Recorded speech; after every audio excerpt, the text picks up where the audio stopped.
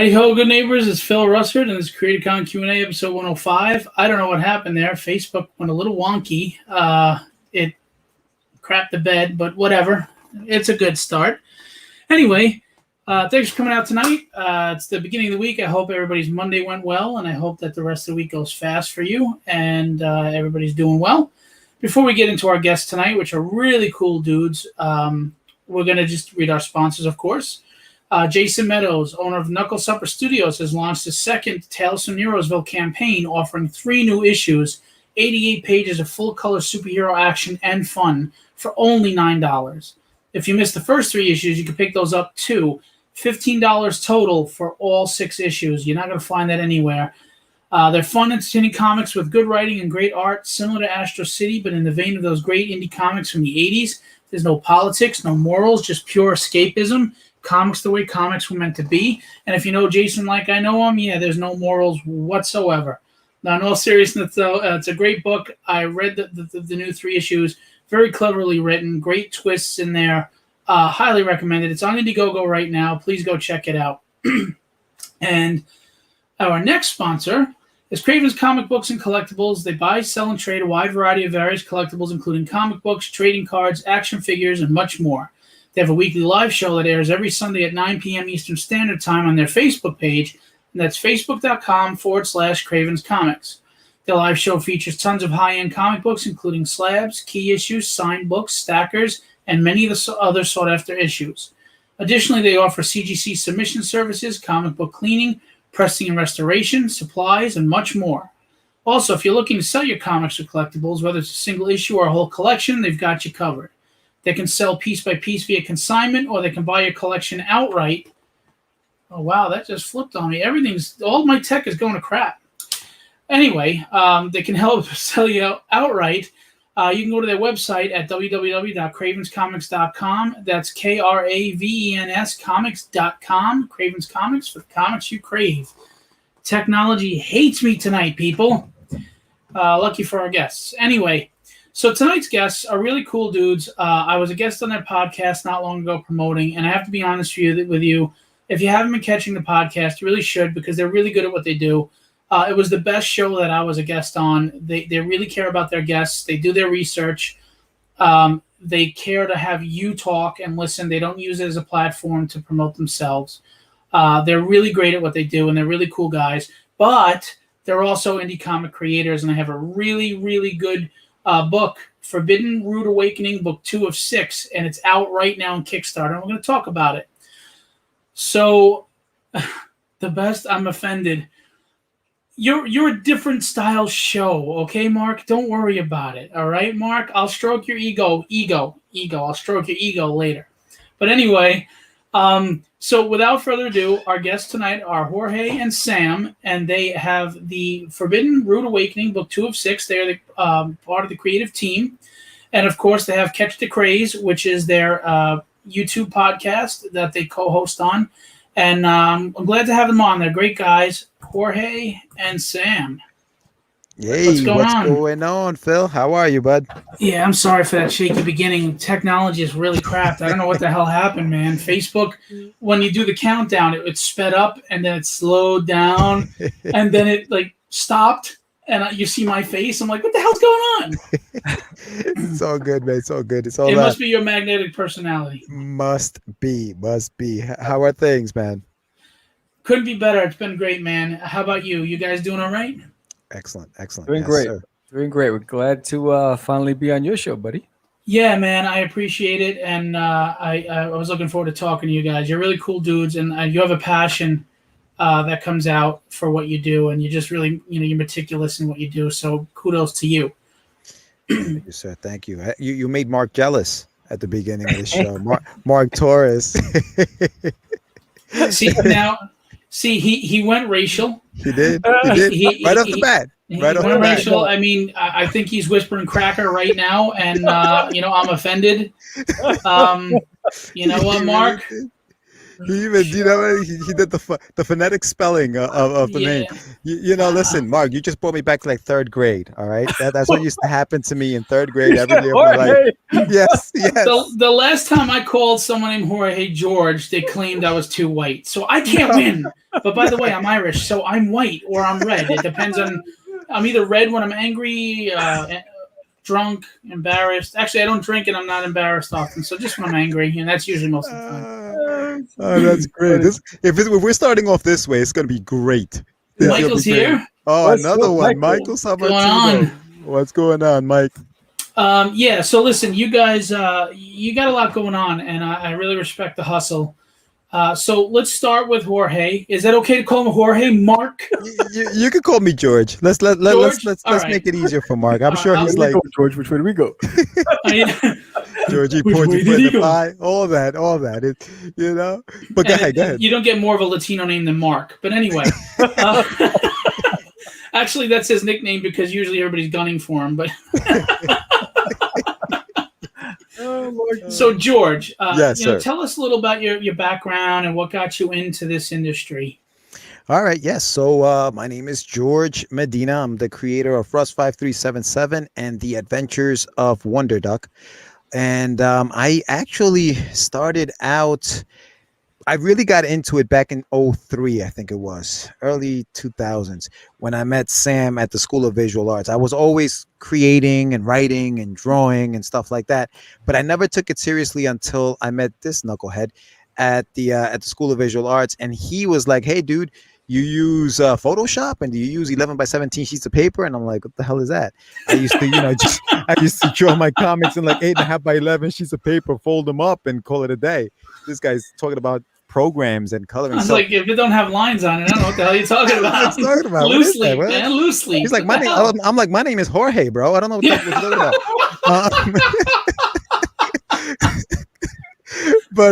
But yeah, no. He So that's how I got into it, and then from there, it just, I started out as an artist, but then I was like, you know what? Let me do the writing thing because my artwork isn't up to par comparing to the other guys that were at the time. And so I started writing more and hired a couple of artists. And now I have 2 graphic novels that I'm very, very proud of. And Darkfire Press is publishing The Adventures of Wonder Duck. That's J.M. DeSantis' company. You do know it would be helpful if you had sent me this shit, right? So I could put it up. I mean, that would help. Yeah, J.M. DeSantis, by the way, J.M. is awesome. Great dude. Yes, great dude. Amazing guy. Yeah. So he, I'm working with him. We're he's publishing The Adventures of Wonder Duck and the Rust 5377 book. That book you can get on my website at getyourmeds.com. And so, yeah, that's my spiel. Those are also really great links that could be scrolling on the bottom of the video. I mean, holy crap. Could you be any worse at marketing? You're a podcaster. What the frig, terrible, man? Terrible. What the frig? Oh, God. Jorge Medina, hey. I mean, we're on a show, but we're not going to give the host the information and have him post it anywhere, Sam, find it. You've got to remember everything I said and find it. Sam, what did you send him? Just out of curiosity. Nothing. As a matter of fact, not only did he send me nothing, but when I sent him the freaking link, he never even saw it. Yeah, like for a while, it was sitting there. Oh, great. This is just fabulous. Yeah, I'm going to put this short link, by the way, in the comments right now. But anybody in the chat, maybe Mark, if you could take that short link to their Kickstarter and put it in the post, because apparently when I post, it says Creatorcon, and it's only going on YouTube, and it's not going on my Facebook page where I get the most views. Look at that. So help out there, Mark. Be useful, okay? Anyway, so Sam. Yes. Stop drawing or looking at porn or whatever you're doing. Look up. Come on, you're on a show. Post the link. But go ahead. He's like, wow, look at the boobies on that. No. Give us a little about yourself. Basically, I grew up on Fraggle Rock, Jim Henson's, the Muppets, the Dark Crystal, a big fan of sci-fi and adventure. Fire and Ice, Oh, hell yeah, Frazetta. Yeah, Frazetta. I'm a big Frazetta fan. Got, Didn't get to meet him, but I met his wife. So those are all the things that inspired me. Too Close for Comfort. The father, when he was drawing Cosmic Cow. Ted Knight. It caused me, yes. Ted It caused Knight, me. Ted yes. Knight. It was one Dude, of those. how old are you? Don't ask me questions. What's the matter with you? How are you old enough to know Too Close for Comfort? You look like I got underwear older than you. How the hell do you know Too Close for Comfort? Under rules of fun to wear is good with your underwear. I'm just saying. So I grew up with all those things, and I've always been drawing, and the reason why I started creating is because my stepfather at the time, I used to draw. Like whatever I saw, I would draw. And so he said, "You'll never amount to a real artist because you copy everything." So from that point on, I said, "You son of a biscuit eater! I'm going to prove you wrong." And I started creating and drawing from my imagination, and that's what's been. It took off. See, I love that. A lot of people would crumble on that. When someone throws that crap at you, I get a chip on my shoulder and say, "Now I'm going to prove you are an asshole." Period. That's it. Now my motivation is just to make sure you know how friggin' wrong you were, and you bet on the wrong damn horse. That's right. Yes. Hey Terry, thanks for coming out. Yes, and I always love it when I'm the underdog because I get to test my tenacity and my willingness to learn and grow. So for me, that's always been the case. And then fast forward years later, I've always had a goal to create comics, and I met George at School of Visual Arts, and I started looking at his comics because I didn't want to look at the nude male model in the front of the class. So I was like, you know what? Yeah, I blocked that out. I don't even tell that part of the story. I just I'm not here to draw One-Eyed Willie. I was like, come on, how many male nudes do we need in the front?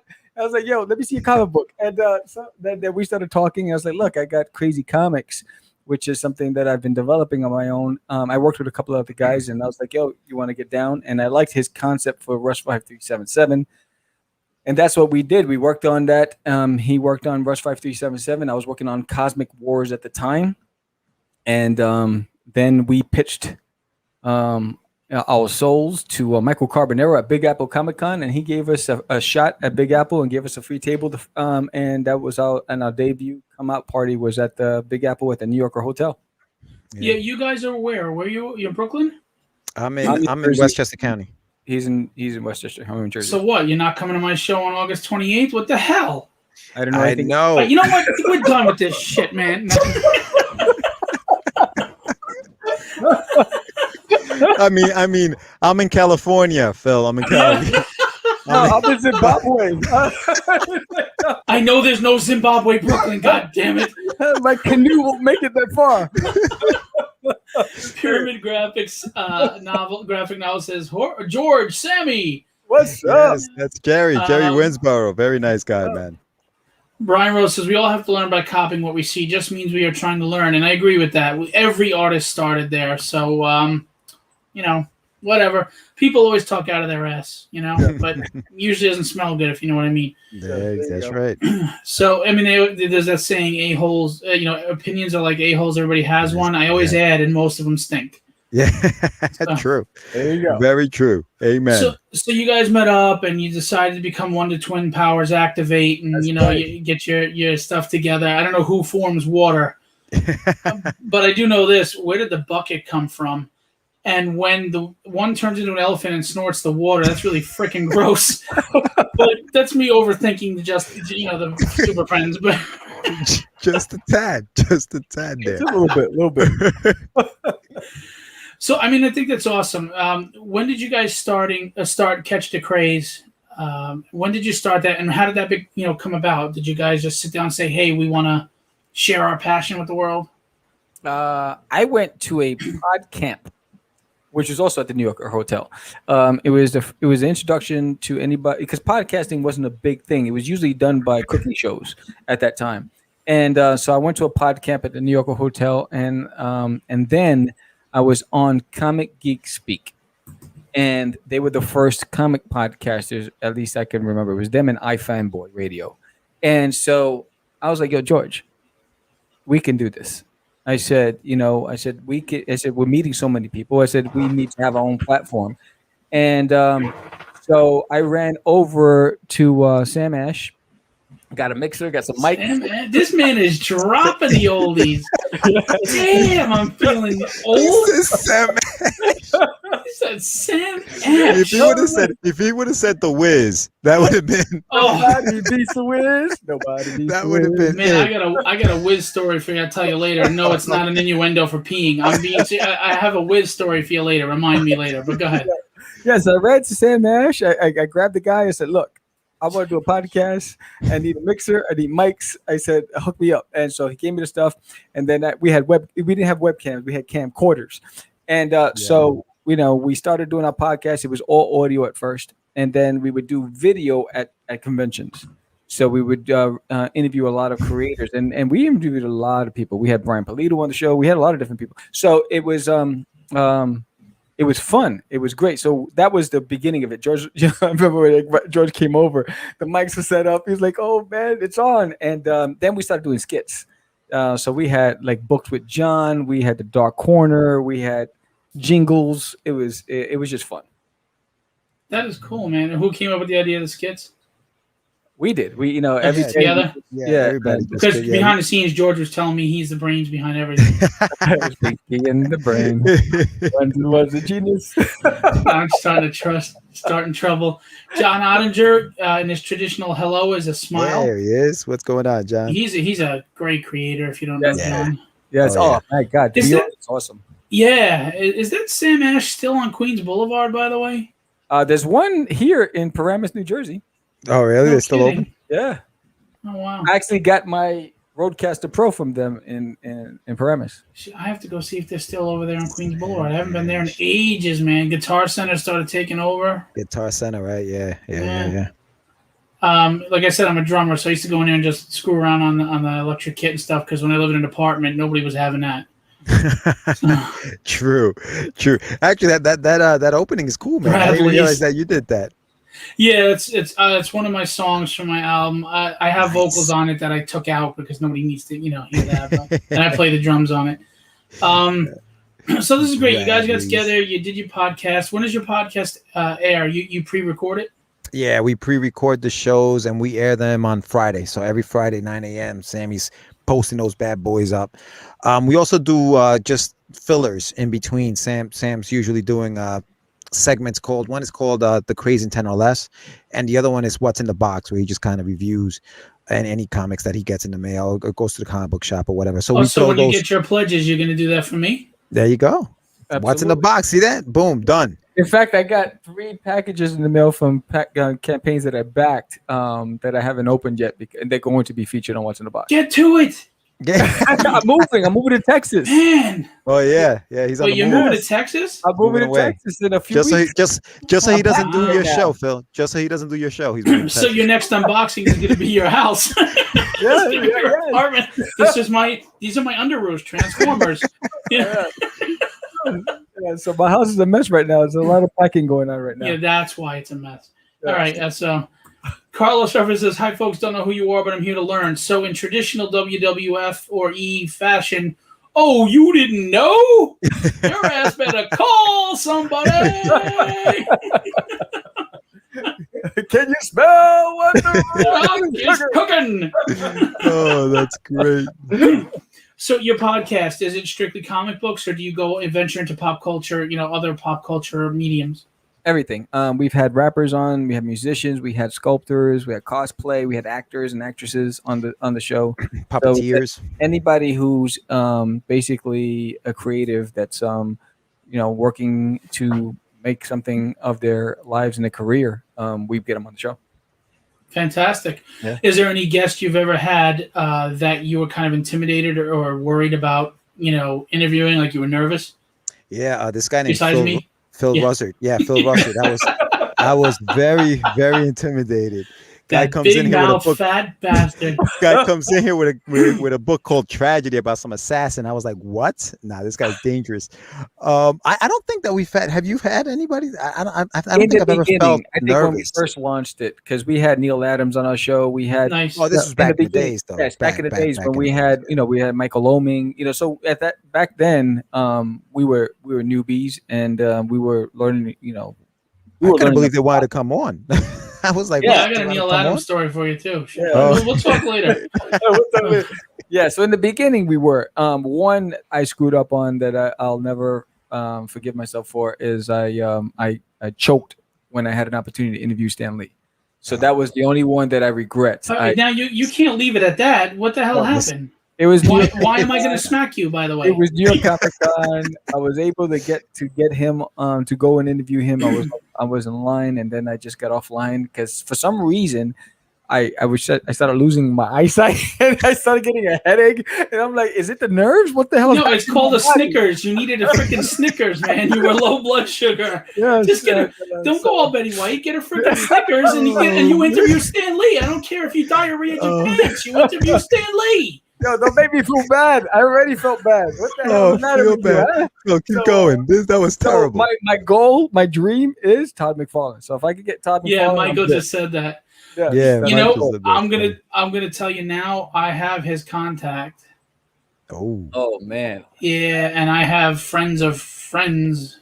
I don't know if it'll ever amount to anything. I haven't even bothered to try yet, but I'm going to try.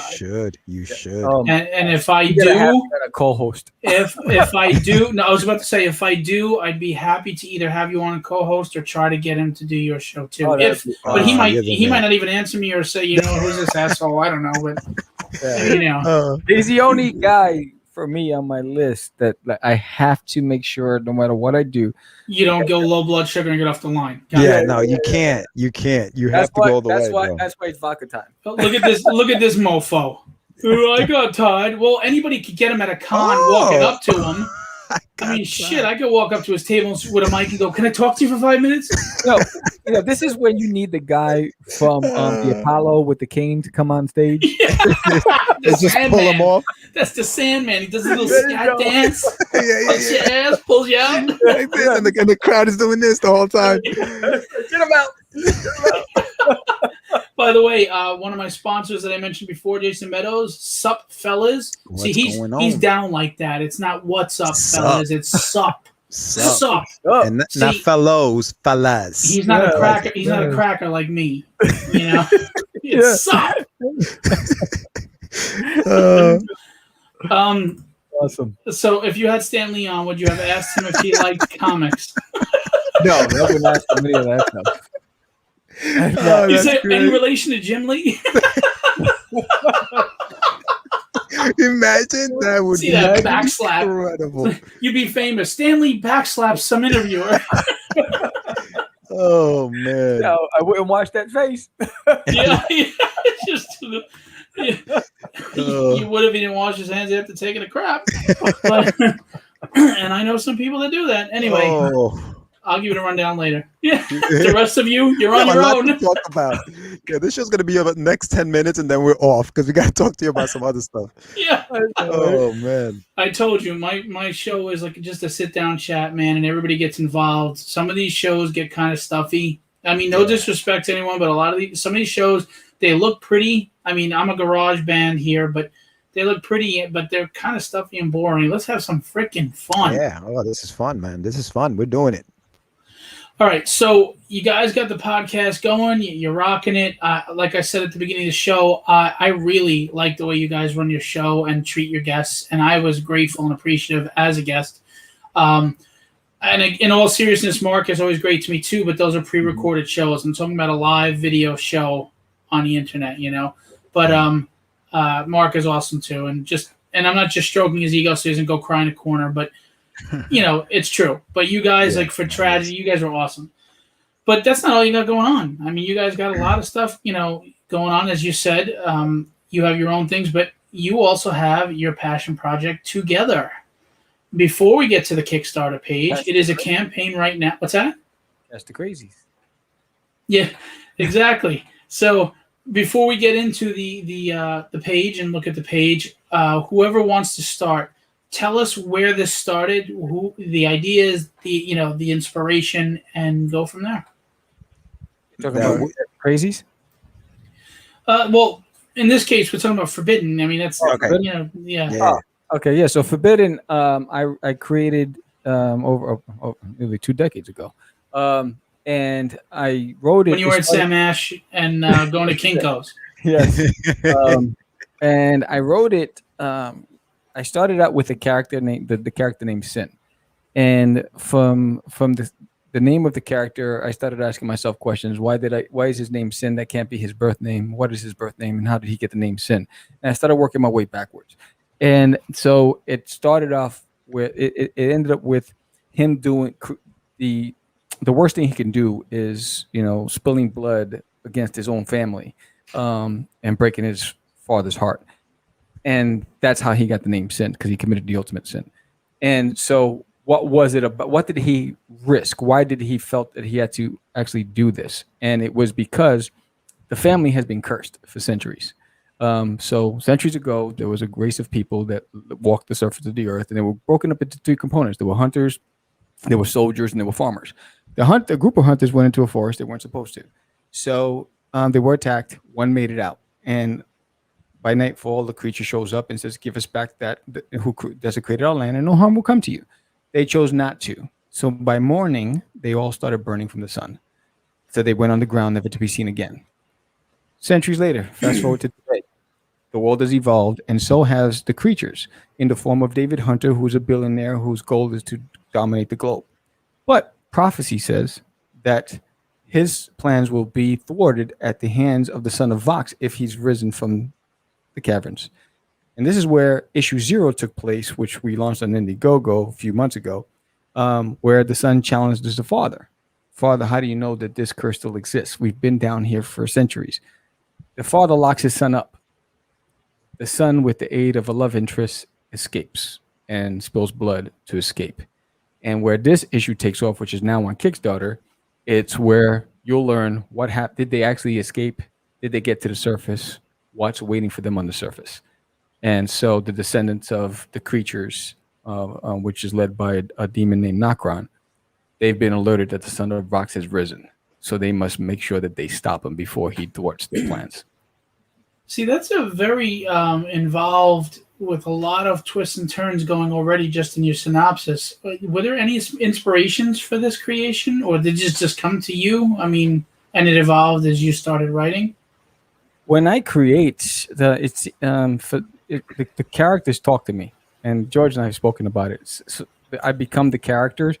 But I mean, I've been inspired by a lot of things. Again, like I told you, I grew up with Frazetta and the Dark Crystal. You grew up with Frazetta?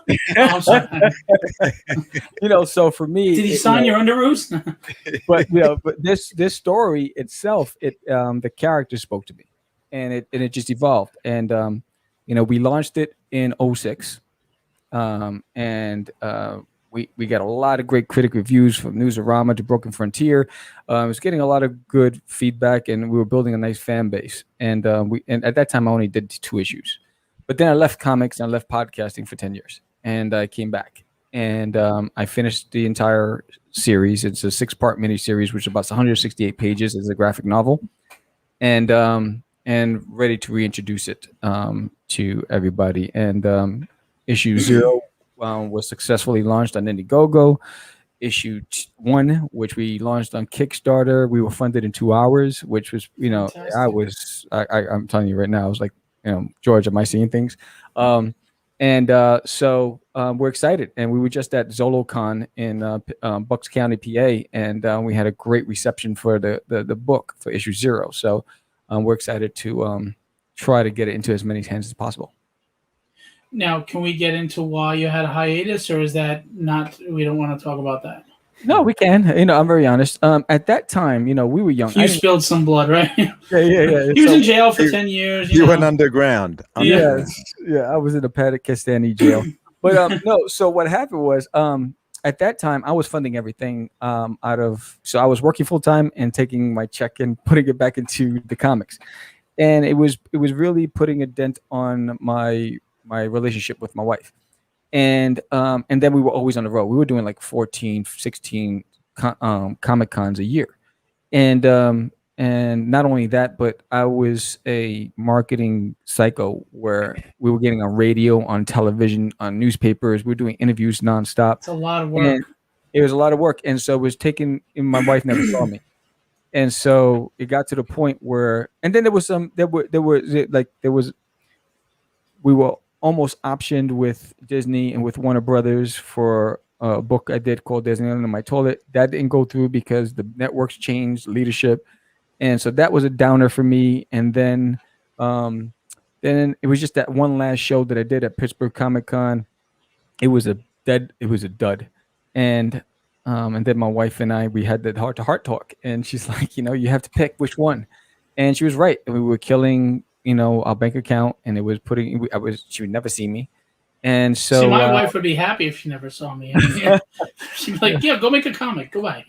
Yeah, so I had to give it up, and so I dedicated the 10 years to corporate life, and I did, and that's all. But there was a void in me, and for 10 years I did really well, like selling corporate, and I did a lot of great things, but there was this void in it, and it was this itch. And so once we, everything stabilized, and I got her the house that she really wanted, and we were cool, I said, look, honey, I have to answer the question, what if? I can't leave this planet without knowing what if. I don't want to be that guy. And so she says, go for it. And it was like, Adrian telling Rocky, and when she shows up in Russia, and I was like, well, how about in Rocky 2 when she comes out of the coma and she just goes, yes, win, yes, win. And then the song drops. Dun, dun, dun, dun, and it's that like, was all. Yeah, except life has no montage. Like you don't. It's not like a 3-minute montage of music cutting everywhere. All of a sudden, you made it. Get the out of here. Yeah. Well, I'm glad that your marriage worked out and that you're still getting to follow your passion. So that's good. Yeah, yes. And to Mark's credit, Mark was the first one when I announced I was coming back. He got me on his show. Don't do that. Don't give him credit. Don't do that. Don't do that. And then George and I met up, and I was like, George, I want to bring back the podcast. Are you down? He's like, oh, hell yeah. And that's how it started. So we're in September, it would be 2 official years since our comeback of Catch the Craze. August 4th will be our 300th episode. So it's pretty exciting. That's fantastic. And, I'm a big believer in things happen when they're supposed to happen, and, we talked before off air. I won't get into your personal business, but if you have the mentality that when someone knocks you down, not only do you get up, but now you're really going to make sure that they have to hit you real hard and knock you down again. Wow. Yes. And that's what you got to have, no matter what you do in life. But creator life is tough, man. We're not, we're busting our ass just to get noticed by hundreds. Oh, yeah. Never mind thousands and whatever. So good for you on that. Try to top that shit now, George. Yeah, no. This is the guy that says nothing on his show, goes on another show, and just speaks for freaking 20 minutes. I'm like, that was what I was gonna say. That was the story I was gonna tell. Oh, okay, never mind. Yeah, he was quiet when I was on his show, and I told him before the show, I was like, "Damn it, you better speak." Well, he listened. He follows directions well. Yeah, no, so nothing. I got nothing. I have nothing to add to this conversation. Thanks, Sam. I'm just going to go now. So I lettered the book. I did a little lettering on the book. There you go. That's it. That's all I got. Going back to when Sam, listen, man, when we were doing the show and everything was going the way it was going before he disappeared,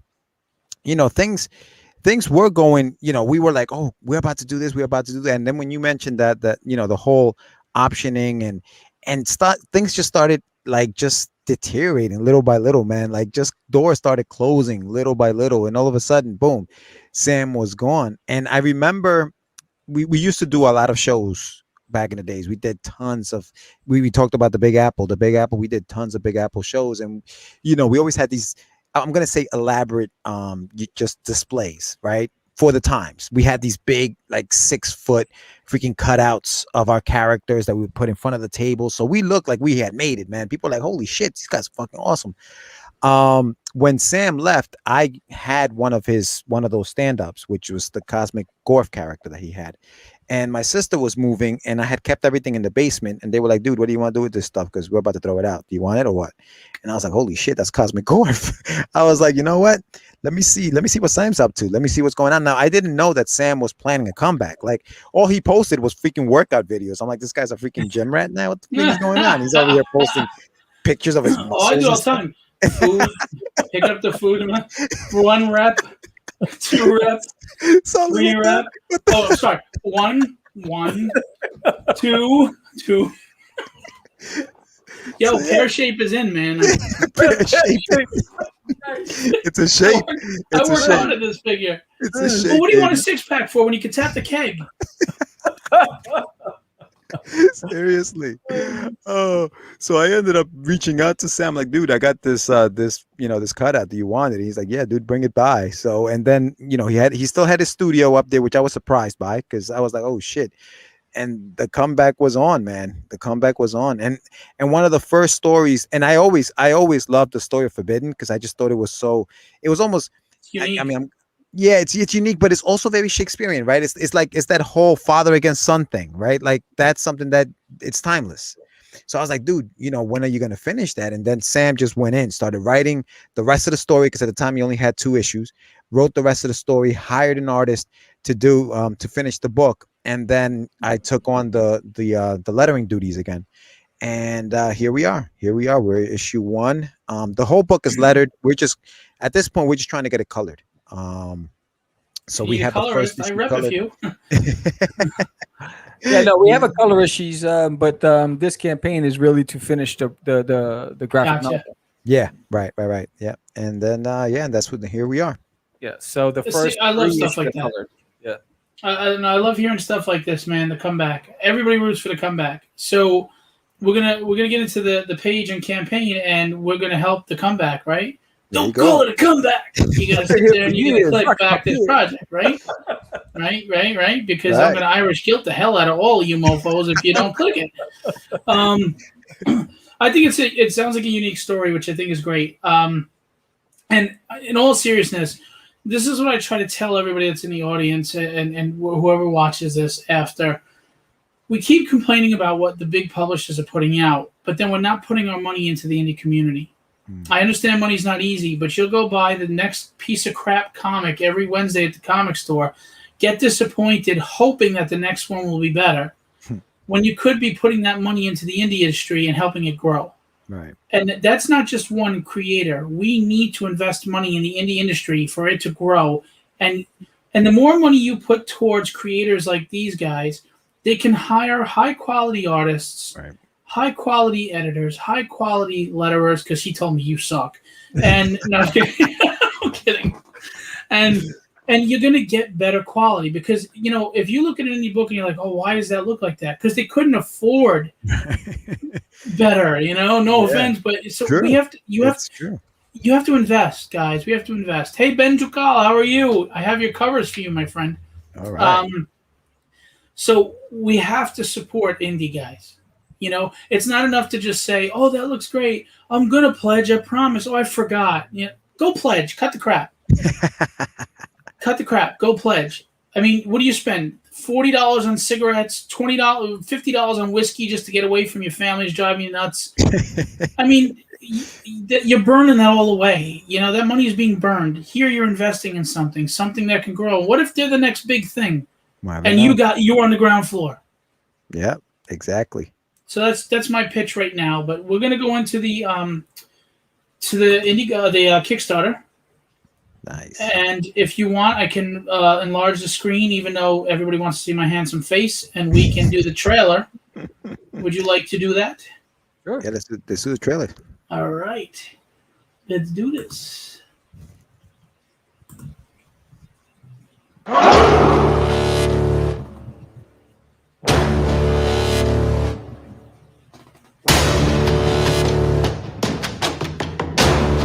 I created Forbidden back in 2000. In 2005, it was well received by critics and fans alike at Comic-Cons and local stores. My goal for Forbidden was to create an epic fantasy tale that would last for generations. I recruited the local artist Anibal Arroyo, who took the helm on illustrating the first 2 issues, and only 2 issues back then. After over a decade in limbo, it was time to finish Forbidden and reintroduce it to the world. Deep within the Earth's core lies a race that has existed for thousands of years. A race who are forbidden from walking the surface of the Earth due to a curse cast upon them by the evil known as Nokron. Centuries later, the world has evolved, and so has Nokron, in the form of David Hunter, a billionaire whose intention is to dominate the globe. Legend has it that one day the Son of Vox will rise from the ashes of the Earth to destroy all that Nokron has built. And that could never happen.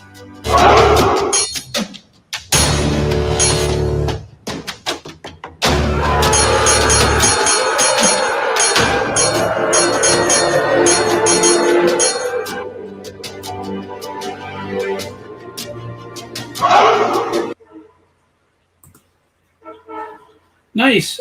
Except for the naked guy's ass, it's fantastic. Great Yeah, trailer. I don't know what that stands. Look at this gratuitous freaking nudity over here. Great trailer, really great. Great editing, great job. I like the music. Very powerful, very dynamic. It had like a nice movie trailer thing going on again, except for the guy's ass. It's kind of like when you watch 300 and what's his name, Butler shows his butt. You're like, all right, come on, man. Come on. But I guess they got to get the women to watch too. So you're at $1,362 of a $750 goal. So fantastic. Congratulations. Thank you. You got 23 backers with 15 days to go. There's a green button there, guys. This is back this project. We want to click this and we want to back it. And we're going to tell you why. So as we go through this, you guys feel free, either one of you, to speak and give us an idea what's going on. So basically, what you're seeing is back. Those are old critic reviews, like from when we first launched it back in 2006. So like Broken Frontier, that was when they reviewed us. That was one of the quotes that we took from that review.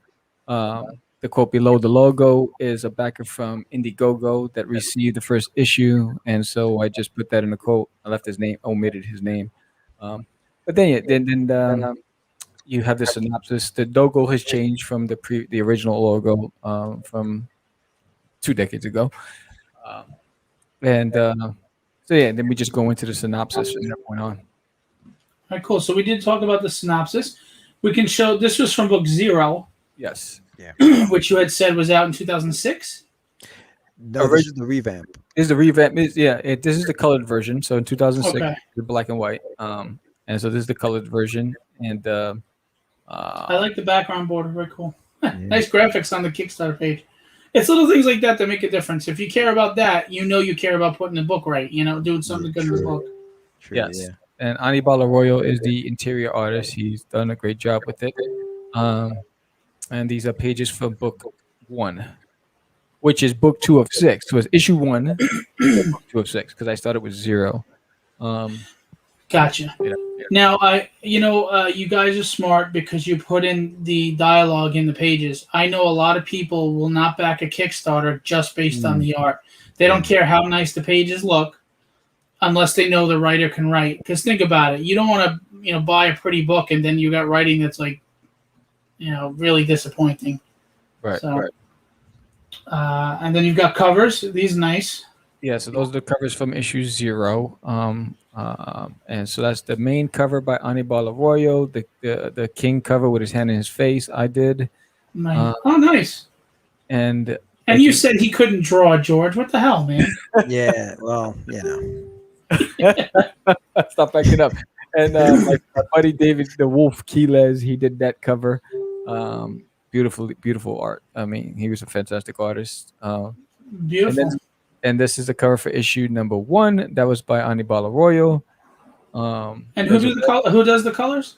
The colors is done by a young lady named Barbara from Brazil, and she's just doing an amazing job. She's coloring all 168 pages. So this book, issue 1, is completely done and ready to go to press once at the end of the campaign.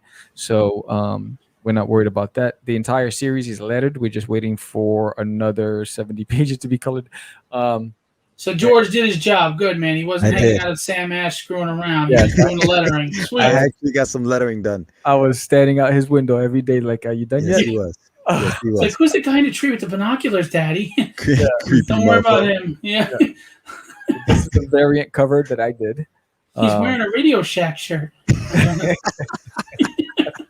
Gotta go to the shack. Yeah, it's a variant cover, and then this is the sketch cover by Anibal Arroyo. On the bottom, he's again, he's done a great job with Forbidden. He's done the first 2 books, and the remaining 4 issues were done by an artist named Raimi Santra, and he finished the entire series. Fantastic. And it says stop, no spoilers. Should I stop here or? No, you can go. Nice guy. That went right over your head. Woo!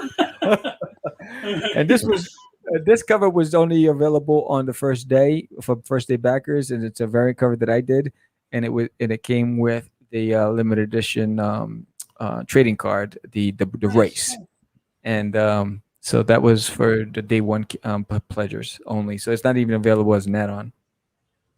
Oh, okay. See, that's the thing about Kickstarter. I've had some people say, the books are a little more money. Well, first of all, we offer all this free stuff, stretch goals and stuff that you're not going to get if you just buy a book. And second of all, printing is no joke when you're not printing hundreds of thousands of copies. Yeah, and then you got to factor in the shipping. Yeah. Oh yeah. Supplies to ship it. Yeah. Yeah, really. And then if you're an upstanding guy and you're actually paying your creators, man, your artists, Exactly. No, you can get exposure. I swear, exposure. Screw your exposure. My mortgage doesn't come. It's not measured in exposure. Yeah, no. So, okay, so we got digital editions. Awesome. I had someone say to me they didn't like digital editions. I said, I don't think you understand the importance of digital editions. There are some people that don't want a collection of books in their house, but they'll get the digital and have it on a thing. Right. Also, it gets out there faster. There's no production there's no printing cost for it, and you get word of mouth out there. As long as you put out a good book, you get good reviews, Yeah. Yes. Stickers. Everybody loves stickers. I just figured that out. I don't know why, but adults love stickers. Yeah. See, I don't because I have kids. They wind up being stuck to the floor. I'm like, scrape this crap off. So I don't like stickers, but apparently adults like stickers. Yeah. Terry says the artwork is gorgeous. Thank you, Terry. Okay, it's quiet, guys. Yes. So right?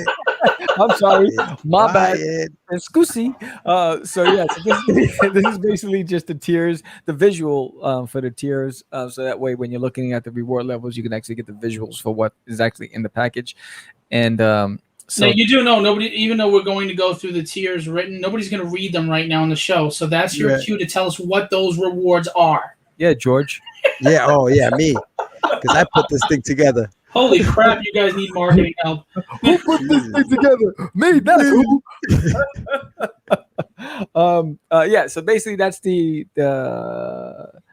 0 and 1. $25 tier. I guess you get forbidden issues 0 and 1. You get 11x17 pinup. You get the sticker and your name in the book. So you get the digital and the physical for this one. And then you have the gold edition, which you get forbidden issue 0 standard gold cover and issue 1 gold. You get a sticker and a pinup and your name again and the digital copies. You don't get a sticker of the bare ass guy though, right? No. Oh, good. You said no. Oh, by the way, real quick, I'm sorry. Michael had a question before a statement, and I forgot. He says, we need a side story about those guards in the beginning and how they were like, after this shift, I'm going to go home and hang with my family. Nice guy. That's all they wanted to do. Yeah. Yo, Michael is freaking hysterical, man. I want to say, how well did the guards at the beginning know sin? That's Michael. Yes. Well, everybody knows Sin because he's the son of Vox, and Lord Vox is the ruler of the kingdom in the cavern. So everybody knows who Sin is because he's one of 3 children. Now, Mark, in his wonderful ways of spelling, had a question, and I had to figure out what the hell he was saying because he can't spell. No, I'm just kidding. Serious question. As indie creators, do you find that the need for physical stores is still a thing when you're putting out issues which circumnavigate them? to get them into stores? Yeah. I think so. Yeah, You know, I think I so can tell you right now, we have a retail edition, and you know, when we had a retailer actually pledge, I was excited. I think you wanted to get, because you get into those areas where you can't reach, in the towns that you don't live, and so I think the more outlets and that you have your product in, the better it is for you to really grow. You can't. I mean, you just can't be isolated. I think you need just to be out there. What are you going to say, George?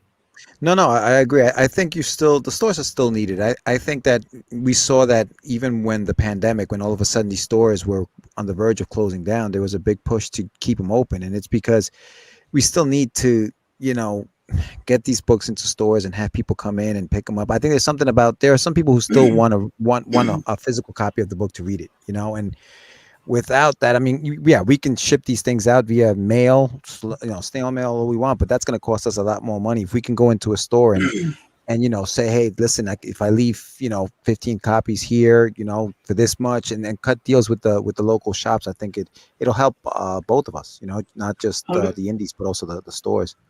I'm going to tell you, if you don't mind, since you didn't ask, I'm the host, too damn bad. Here's a very important element of comic shops that people don't get. It's a bar for geeks. Right. So you get your comic in the store, and those guys that like to hang out every Wednesday or Friday night because, you know, maybe they don't have the biggest social life or that's their moment, they sit and they talk about all the books of the week they're reading or what's hot at the moment, what's going on. Then they start talking about your book. And then the next guy is listening in on that. He picks up the book. And the next guy picks up the book.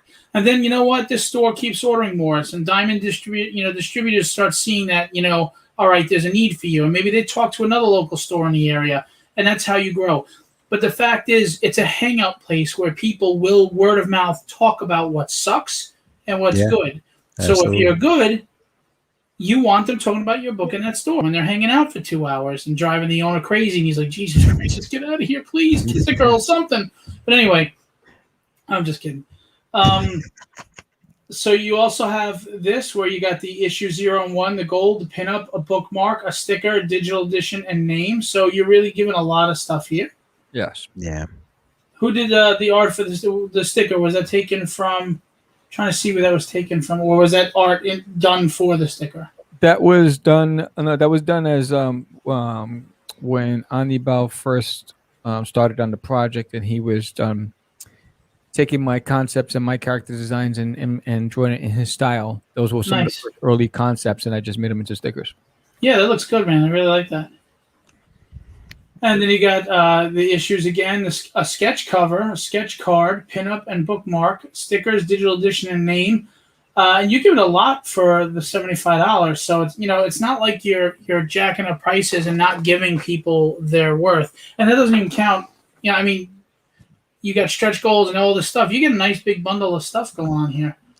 Yeah. He's got a T-shirt and the $100 one. Yeah, look at that. Exclusive tee. Yeah, so that's getting 11 by 17 pinup. The sketch card is also awesome. The sketch card, Sam, the concept for the sketch card was the character, right, themselves. Yeah, that was the sketch card or sketch cover. No, the sketch card. Sketch card that's actually load box. Yeah. And what about the cover? The cover was done by Anibal Arroyo, and it's a montage of all the characters. Very cool. Very cool. Again, as long as there's no bare ass guys, I'm in. Hey, you didn't think it was beautiful? Yeah. Listen, you keep your vertical smile to yourself. All right, and don't be blowing any kisses out of that bad boy. For $150, you get the 2 issues: the sketch cover, exclusive T-shirt, 11 by 17 pinups, sketch card. The stickers that you have there, the bookmark, digital PDF, and your name in the book. Yes. For $200, you get both issues. The regular cover number 1, sketch cover number 1. Issues in gold. Oh, gold. That's right. Sorry. Well, then, damn it, speak. He's like, if you spoke. I'm like, excuse me. Yes. God. 0, 1 in gold. Oh, geez. You get issue 0 and 1 in gold, and you get the regular cover, standard cover. And then you also get the sketch cover plus the T-shirt plus 2 different pinups plus the trading card, the sketch card, a commission sketch card from me, so any character you want. Nice. Plus the Sin and Area sticker, the Deseret sticker, the bookmark, the digital PDF, and your names in the book. Yeah. A whole lot of stuff. Now we got the $300 tier. Jeez. Big money, big money, big money. Yes. More money. So this is, you collect all the covers. This you can collect Nice. every cover in the first 2 issues. On top of all of the other perks, the T-shirt, the stickers, the bookmarks, the trading card, the pinups, the sketch card, the name, and so you get a lot. Hell yeah. It's awesome. It's a lot of nice art, man. Thank I love you. that. And this is the homage to Doctor Strange. And this is a variant cover that you can get for $20 with the Arius and Sin sticker. Now, is this a limited run on this, or is this Limited What's to 100 copies. And it has a certificate of authenticity signed and numbered. very cool? And we have more. But wait, it gets worse. No. For those 2 people, Grandma and Uncle Junior, that are fans of Sam, you can collect the covers that I did. So this is the King cover from issue 0 and the 2 variant covers from issue 1 from me, and you'll get the sticker with it. So you can get all those 3 covers there. Nice. By the way, Michael was saying some future suggestion for perks: magnets, buttons, and pins. Apparently, those enamel pins sell like crazy at cons. They really do. Yeah, they're making Crazy, a comeback with man. some shit. I don't know. They're like the new Pops. You know how Yeah. the Pops figures were huge? Yep, The enamel pins are like taking over. Mm-hmm. Good Crazy. point, Michael. And then you can collect the covers by Anibal Arroyo. So you can get the first 2 covers and get a black and white print of the cover as well. Plus, you get the Deseret bookmark. Very cool. And then this is the retail specials. Basically, if a retailer orders 10 copies of Forbidden issue number 1, they will get a bonus variant homage cover with the certificate of authenticity as a thank you. Dude, that's great. It's only $5 an issue. I Yeah. mean, it's a good thing. Yeah, and the same thing here. If they get 5 copies of issue 0 and issue 1, they'll still get the homage cover as a thank you, which is signed certificate of authenticity. And that's the thing, you guys. When you jump in here and you pledge, you can catch up. You can get the 0 issue, and start from scratch, and you don't have to wait for the next one. You got 2 right in a row to read. Yes. When are you looking to put out number 2? In the fall. Oh, so it's right behind. Okay. Yeah. And this is original art. So you get to own an original piece by Anibal Arroyo, framed with the book as well. Very cool. So it's 11 by 17. It'll come framed and it'll come with a copy of the book. And this was the first original piece I did back in 2001. That when I first was I conceptualized Forbidden. So that's a never be. It was never published. It was never seen. I decided that I'm going to get an artist because I didn't want to do the job. I didn't feel I was the right artist for it, and I got Anibal. So this is 11 by 17 original art by Sam. Never printed. You get to get with the pinup of Shaku. See, that says something about yourself, though. Your ego was not more important than the quality of the book that you wanted to put out and the vision you had. You felt that you just weren't the right artist for what you had intended, and you stepped back and let somebody else do it. I mean, that speaks volumes, because being an artist, it might be. Is it hard to have to relinquish that to somebody else, being that they're your babies? No, I mean, George and I talk about it all the time. I know my limits, and so like, I knew that I wasn't the right guy for it, based on the designs, and the way it was coming out. I was like, I'm just not made for this style, and so I was okay with it because my style is more, again, Jim Henson-esque, Fraggle Rock-esque, and so I just knew that I needed to find somebody that would, and it was a happy accident that we found Anibal, and he did an amazing job. And this, you know, spoopies.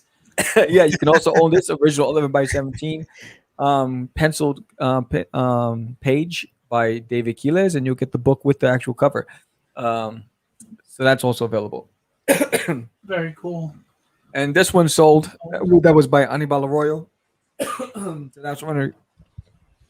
Sorry, I'm You all choking. right? You need some water? All right. That's because you're sneaking burritos and shit while you're while you're off camera. No one That's can when he see me. starts talking. I can see you. You're eating stuffing that thing down your face. I just called him out. It went down the road. Damn. That's Choking it. on That's Taco what's wrong with Bell. you. I'm gonna put that butt shot back on the screen. Yeah. Choking on like some Taco Bell or some crap. Damn. My wife was making some chicken tacos. Shout to them Oh, out. and just so you know, I wasn't being racist. He really was eating tacos and burritos. Yeah, it's delicious too. Because, you know, Mark brought up the whole race thing before. He's Oh, like, damn, God. cracker. Oh, that's What- amazing. Sorry, I'm in a mood tonight, guys. It's been a great weekend, so I'm just Oh, I pumped love and it. blasting. Don't mind me. Bring it. Bring the energy. I love it. But, you know, seriously, that's the one thing about comics that's fantastic. Nobody gives a shit about all that crap that they put out there to try to divide us. We just Yeah, love what we no. love, man. We all have the same goal, the same dream, the same heart, and we just want to put out our passion. And it really doesn't matter, man, woman, whatever color you are. Let's just do it, you know? Yeah. So I love that about comics. That's one of the things that is great. It brings us together. Cons bring everybody together. Yeah. Absolutely, man. And then you can have add-ons at checkout. So you can. These add are beautiful. Thank you. That was Eric Ifata. He is a fantasy gaming artist, painter. I mean, and that's actually a character. Those characters were taken out from the actual cover, wraparound cover for the graphic novel that I commissioned him to do. He did a fantastic job with that. Dude, this does look like something if you went into like a Dungeons and Dragons module Yeah. or something, you would see Yeah. this art in there. Yeah, this is beautiful. Great job. Yes. So It'd be yeah, a shame to see it stuck on my floor though, because my freaking kids are always. I don't know. I thought you'd be happy with that, but Yeah. You know, I really don't get off on naked cartoon women, but you know, whatever. So he says. So Yeah. Listen, I don't want my pages sticking together, okay? And some of these books these guys put out, I'm like, I dare you to put a black light on them. Dare you? Dare you. Dare you? horrible. Go to page 4. I dare you. Open it to Yeah. page 4. I know. Oh man, horrible. Don't bring the black light. Yeah, You get a bookmark for $3. Very you nice, get a book- double-sided. Yeah, you can get and you can get the Shaku sticker. I mean poster, print, or you can get the Sin pinup as well. That's just Which- gorgeous. Yeah, that's actually the one side of the wraparound cover for the graphic novel. So then you can all of these you can add on at checkout. So you have the Foil. hollow foil cover. Man, Yep. he got tired already. He gave up. He's Yes. like, man, Yeah, he's like, the just rest read. of them- Just the read. rest of them are there. Just go look, okay? He's like, no, just scroll. I'm done. Man, you guys need help. Hey, listen, I'm here for the exposure. Yeah. What, the naked guy's ass exposure? Yeah. Hey, Forbidden Zero holofoil for $15, guys. Yeah, that's actually the most popular cover so far. That's the most requested cover. Cool. John Yeah, Otter just says it all looks really great. Thank you, John. And just Mark had said, speaking of pops, when are we getting crazy pops? Crazy pops. I don't know. He's like, I don't know. These He days. didn't even like give it a full sentence. He just went in the middle of it. You kind of faded out there. Like, I'm too tired. Yeah. Man, I got a full belly. I'm done. Yeah, so you can get the sketch cover by Anibal Arroyo of Forbidden Issue 1 for $15 as an add-on, and there's also the sketch book as an add-on as well. Very nice. Or you can add on a commission sketch card by Sam the Crazy Man Vera. There you go. And Oh, you wait, get a but there's t-shirt. more. But there's Yes. more. But wait, there's more. Who Now added all the this stuff? Crazy Eddie's prices are insane. Where all this stuff come from?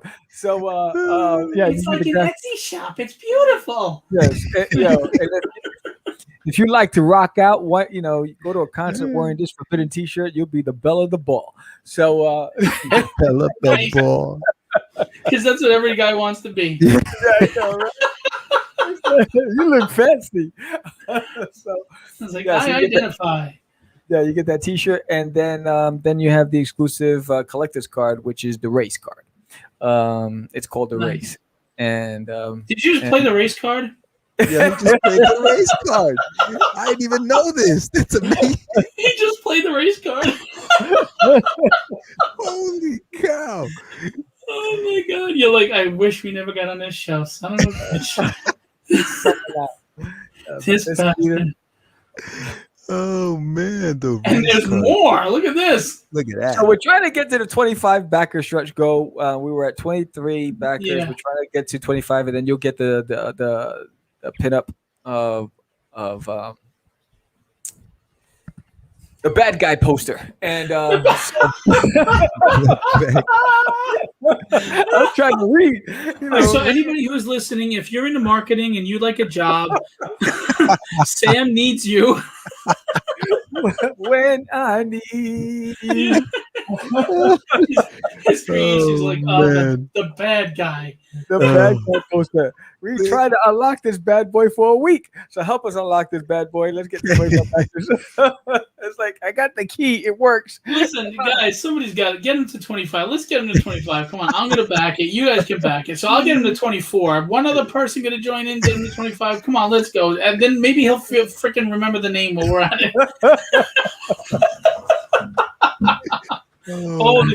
Well, like unlock his memory.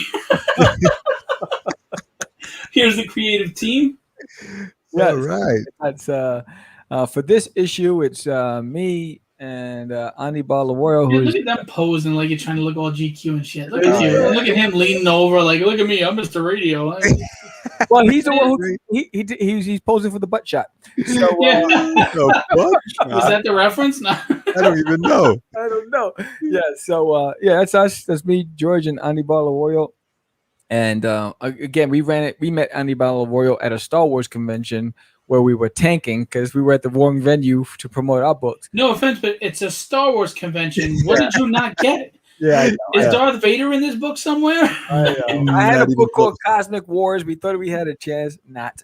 And but now they're all diehards for Star Wars. I would never do a themed convention if I didn't have that theme.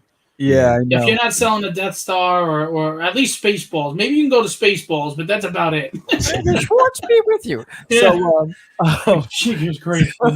So Anibal showed up and he had his portfolio and he was looking for somebody to look at his portfolio and we looked at it and that's how we hooked up. And I knew when I saw it that he'd be the right person for Forbidden, but we had him start a different project at the time and that didn't work out. So then I just gave him the script and the character bios and the character profiles and designs, and he ran with it.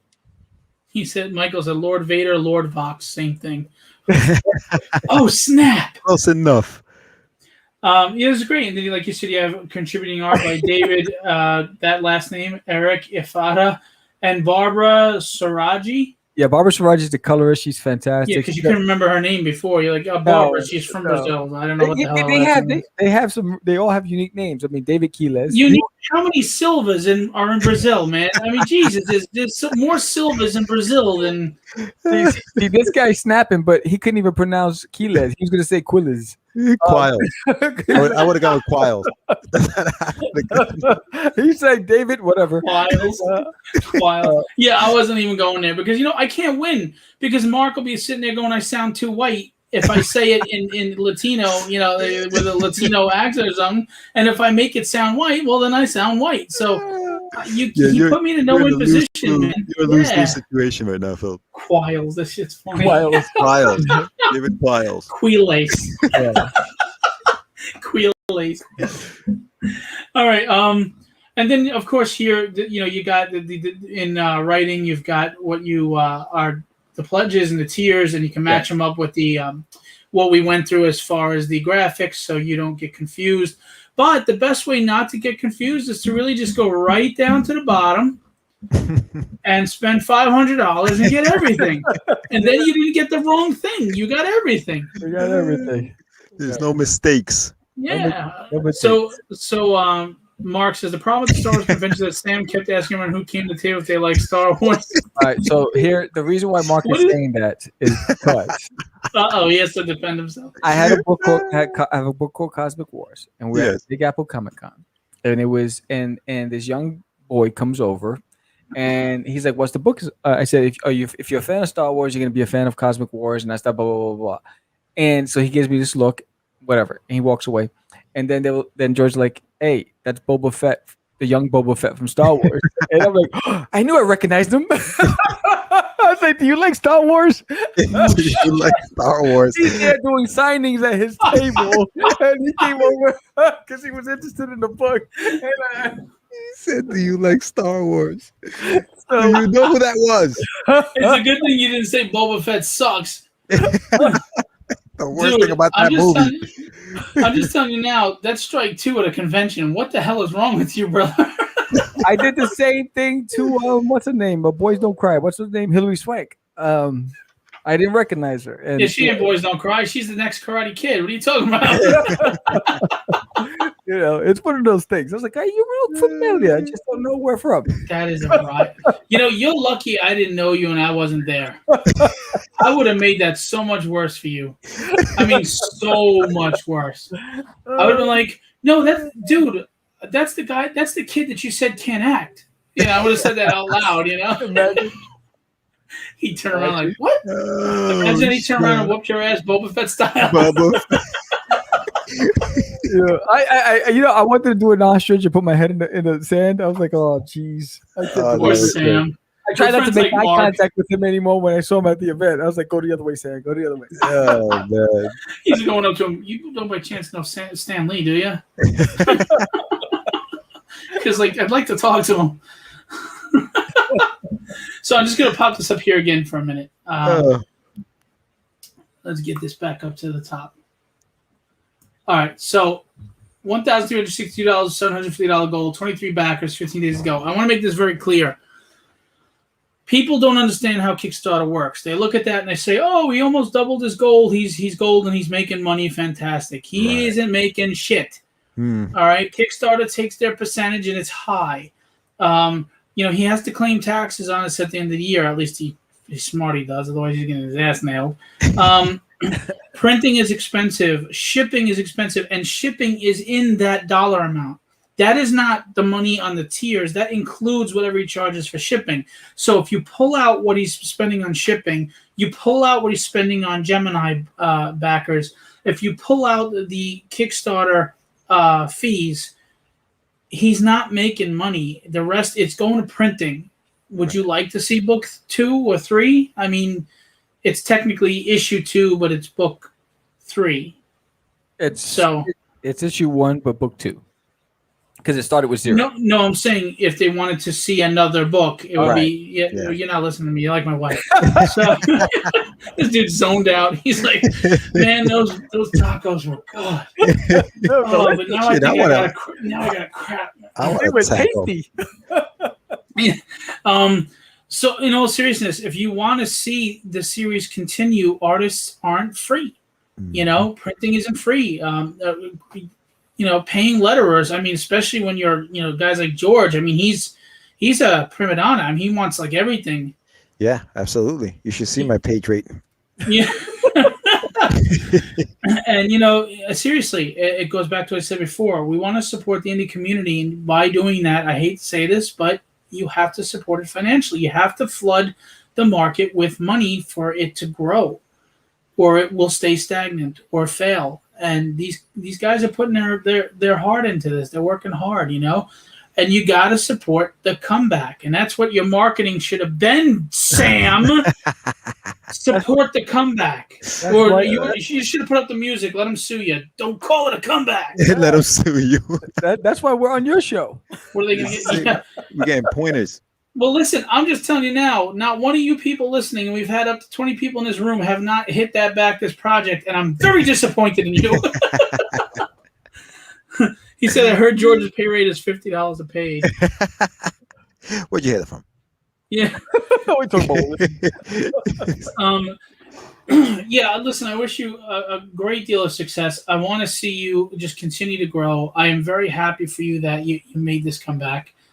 And I will say, you guys really have a great podcast. You're really cool dudes.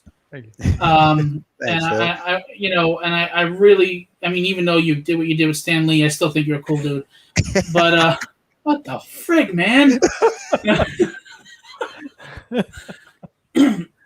Before we head out tonight, you also had other projects like you see we're talking about. We'll start with George because Sam doesn't stop talking. No, I'm just kidding.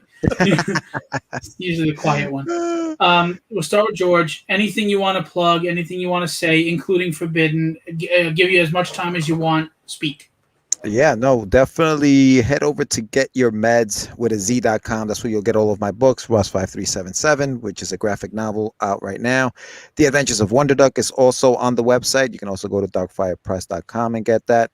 Follow me on Instagram at Medina Whip, work in progress, WIP, Medina Whip. Follow me there. Follow The Adventures of Wonder Duck, which I just launched, and I'm going to start putting content on there.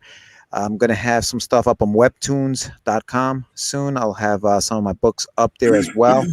And make sure you subscribe to our wow, what that just distracted me. I don't know what he's doing. We're going to close up on his beard.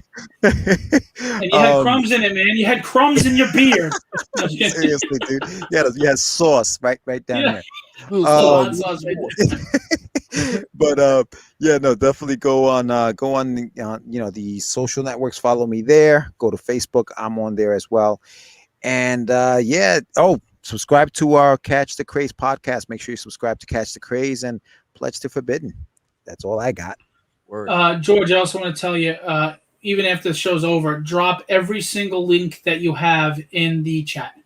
Yes, sir. Yes, every single link. I don't care how many. He's like, I don't know, man. That's a lot of work and shit. No, I think that some of them are already on there. Just drop everything in there. And keep in mind too, the more comments you get on a video, the more attention it's bumped up in the feed. So you got it all figured out, Phil. I love it. I fucking love it. Listen, you have to know the game and know the rules to be able to play it. Period. And Facebook is full of lots of rules and games. Okay, bastard. Anyway, well, this video is getting kicked off. I'm going to jail for 30 days. All right. Sam, what you got? Yo, Adrian. So, I will be at Eternalcon in a couple of weeks. I will meet you there. I will be there. Nice.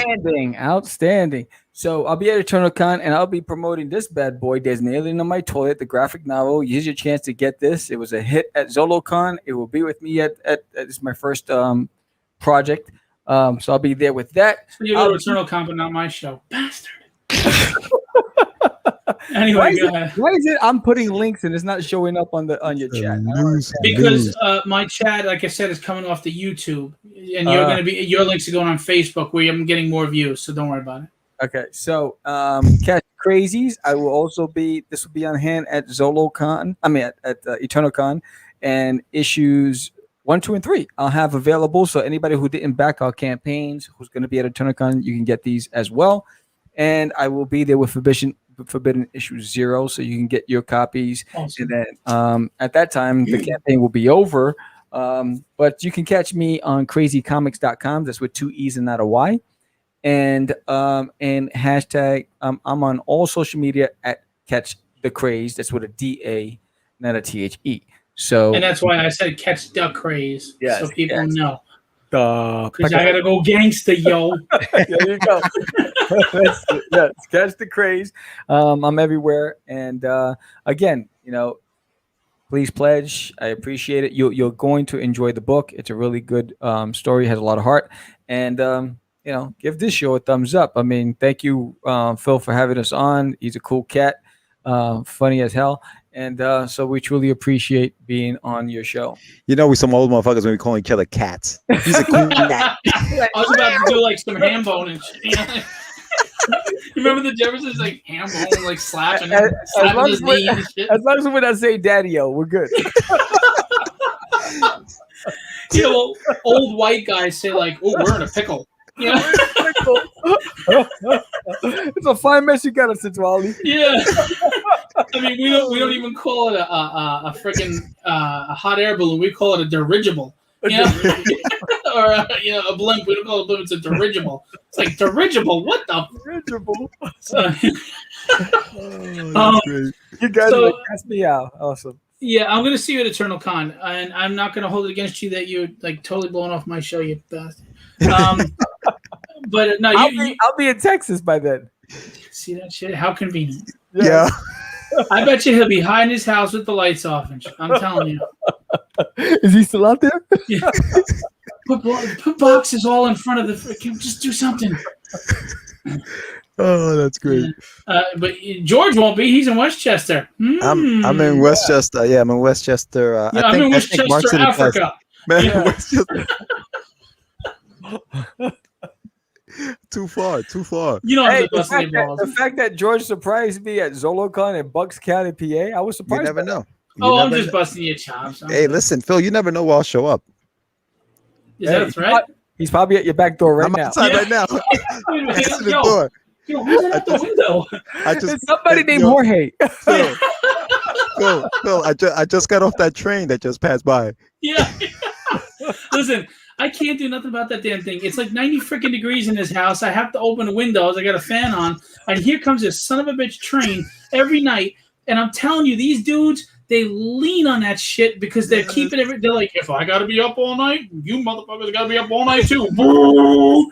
Boo! Because there's nobody walking across those tracks. No way. This is suburbs, Long Island. It's nighttime. There's nobody walking them damn tracks that you got to worry about. Oh, shit. I got Kevin Eastman on here. I heard that shit. I got Will Spatasio on, and I'm like, oh crap. Always at the same time. Dude, I can't get into the details, but I was on a Zoom, and it was a legal thing. And in the background, the freaking fire department goes up. And they're like, everything okay over there? How about the bus? Yeah. I'm like, man, there's more noises. You'd think it'd be quiet over here, right? Yeah. I might as well go back to Queens. Steve says, why didn't it come up? Good show, fellas. Good luck with your project. Thanks, Steve. Steve is a con whore now. Uh-oh. Well, he's a con whore now. He's addicted, man. Like, he's like... Give me that con. Yeah. Oh man. You seriously, I really appreciate you guys. Even though when you reached out to have me as a guest in your show, you weren't reaching out to me. You reached out to Rob Powers. Let it go, Phil. And you were like, "Who's this second best motherfucker?" Like Rob isn't even answering me because he thinks she's too damn good. But you know what? This fool's like, "Yeah, hi, how are you?" Hey man, can I be on your show? Yeah, no, listen, Phil, that was great. Sometimes the happy accidents are the best Hell accidents. yeah. That's what my wife said when she You're married like a Bob me. Ross painting. Yeah, well, the story is I was admitting Rob Powers' Penguino's Revenge page, and you know you don't always pay attention when you get a message in your thing which one it's from. So I'm thinking it's under my Phil Russert, and I get this message from George. And it's like, hey, we'd love you to have on the show. And I'm responding to that shit like he's asking me because I got tragedy going on. He don't give a damn. I mean, he don't even know who I am. So he's asking Rob Powers, and Rob didn't answer. I don't know what happened. Maybe he figured I'm admitting I can handle everything. I don't know. But so, and then I realized, oh, crap, I'm on Rob Powers' thing, and this dude don't even know who the hell I am or why I'm talking to him. He's like, I'm saying, yeah, he's talking to me thinking I'm Rob, and I'm talking to him thinking he's talking to Phil. And it's like this calamity of it's like talking to Chrissy Snow on Three's Company or something. It was. It was. And then I'm like, oh crap! I just realized. You know what? This isn't mine. This is Rob's. Right. So I finally tell George, and I swear I heard, "What the?" I was like, what am I gonna do? What am I supposed to say? No, thank you. Then it's over. He's like Ruby. Yeah. He's like. Now I gotta have this guy on my show. I wasn't even looking to talk to this son of a bitch. Let me look at this damn book. But I gotta say, Phil, when I saw your book, I was like, "Holy shit, this thing is good." I was like, you know what? We'll have him on the show. Why not? It looks great. Like, thank God. See, my wife had the reaction. She's like, all right, I go read it. The script is done, and I wrote it in 8 hours while sick in bed. I just wrote it 8 hours straight. I wrote the whole book, and you could tell my wife, I was like, oh, man, what if this sucks? So she picks it up, and she's reading it, and I'm sitting there like, oh, God, I hope this is good. It's the first time I've written a book, blah, blah, blah. And she was so relieved that she didn't have to tell me it sucked. Because first of all, she can't lie well. I'll know she's lying. And second of all, she knows I don't want to lie. I want you to tell me the truth. Because even though it'll hurt my feelings, I can't get better unless you're honest. Right. But she was like, oh, thank God. You know what? It's good. You don't suck. You know what? It's good. Oh, what, You know what? what a It compliment. didn't suck, honey. Oh, you're like, I love you, babe. Oh, that's She great. was so relieved. She was like, man, I can't lie good. And I was so worried. What if this is a piece of crap? Do I wipe my ass with it? Or what do we do with this? No, she liked it. Everybody's telling me the writing's good, so we'll see. It's but good, bro. It's good. I'm It's looking good. forward to Forbidden. I want to check it out. I think it's a really interesting story and involved and different. And that's the thing, man. We need to support more different ideas instead of the same old regurgitated shit. Yeah. And I don't want to hear anybody complaining about what's out there right now if you ain't backing this Kickstarter right now. Yeah, I put you on the spot. There you go. And I just remembered tomorrow night, 8:00, that me and Anibal will be doing a Forbidden Sketch Off live. Oh, yeah. Oh, tomorrow. cool. If you want to That's gonna be see Anibal's art skills live in action, George is going to be throwing out some themes, and he and I have 5 minutes for every topic to 5 minutes. to 5 sketch minutes. off. And over some, I'll have orange juice and vodka. and a taco. But And then but here's the thing again. Where? It's great that you told everybody to have a sketch off. Where? Where the on frick do YouTube, we- 8:00 on Catch the Craze. Catch the Thank craze, you. baby. Dude, you On gotta YouTube, say on that. Twitch, on Facebook, and Twitter Live. Dude, I'm gonna be Oh. scratching my ass tomorrow at 7. All right, where? What room? You know what I'm saying? Will you be dressed? What Yeah. room? Oh, that's great. You gotta tell people. George is supposed to be the filler. I'm Lenny. He's Squiggy. It's supposed to be, hello. I already He's told supposed you. to fill it in. I'm having too much fun just How laughing at the shit that's old going are on. you? You look like you're in your 30s and you're throwing out references from my age, and I'm gonna be 49 in October. How old are you? Hey, Charles. It's me, buddy. Oh, Jesus Christ, you went Charles in charge. I love that you get the reference right away. No, I'm just telling you, well, Nicole Egger, what the hell, dude? Oh, Nicole Egger. Ooh. Oof. Oh, yes, I know. No, seriously, where are you? How about Small Wonder? Remember that thing? Oh, yeah, Yes, of I course. remember. The little robot Yes. girl. How old are you? Pippi Longstocking.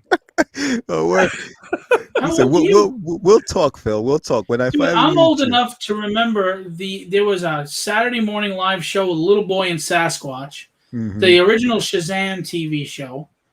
You know what I'm saying? That's how old I am. I Yeah. know there's news review in the Great Space Coaster. Oh yeah, hell yeah. I Get said, on oh, board. yeah. The Great Yeah, Space listen, Coaster. no news is good news, like It's Gary Gary's News.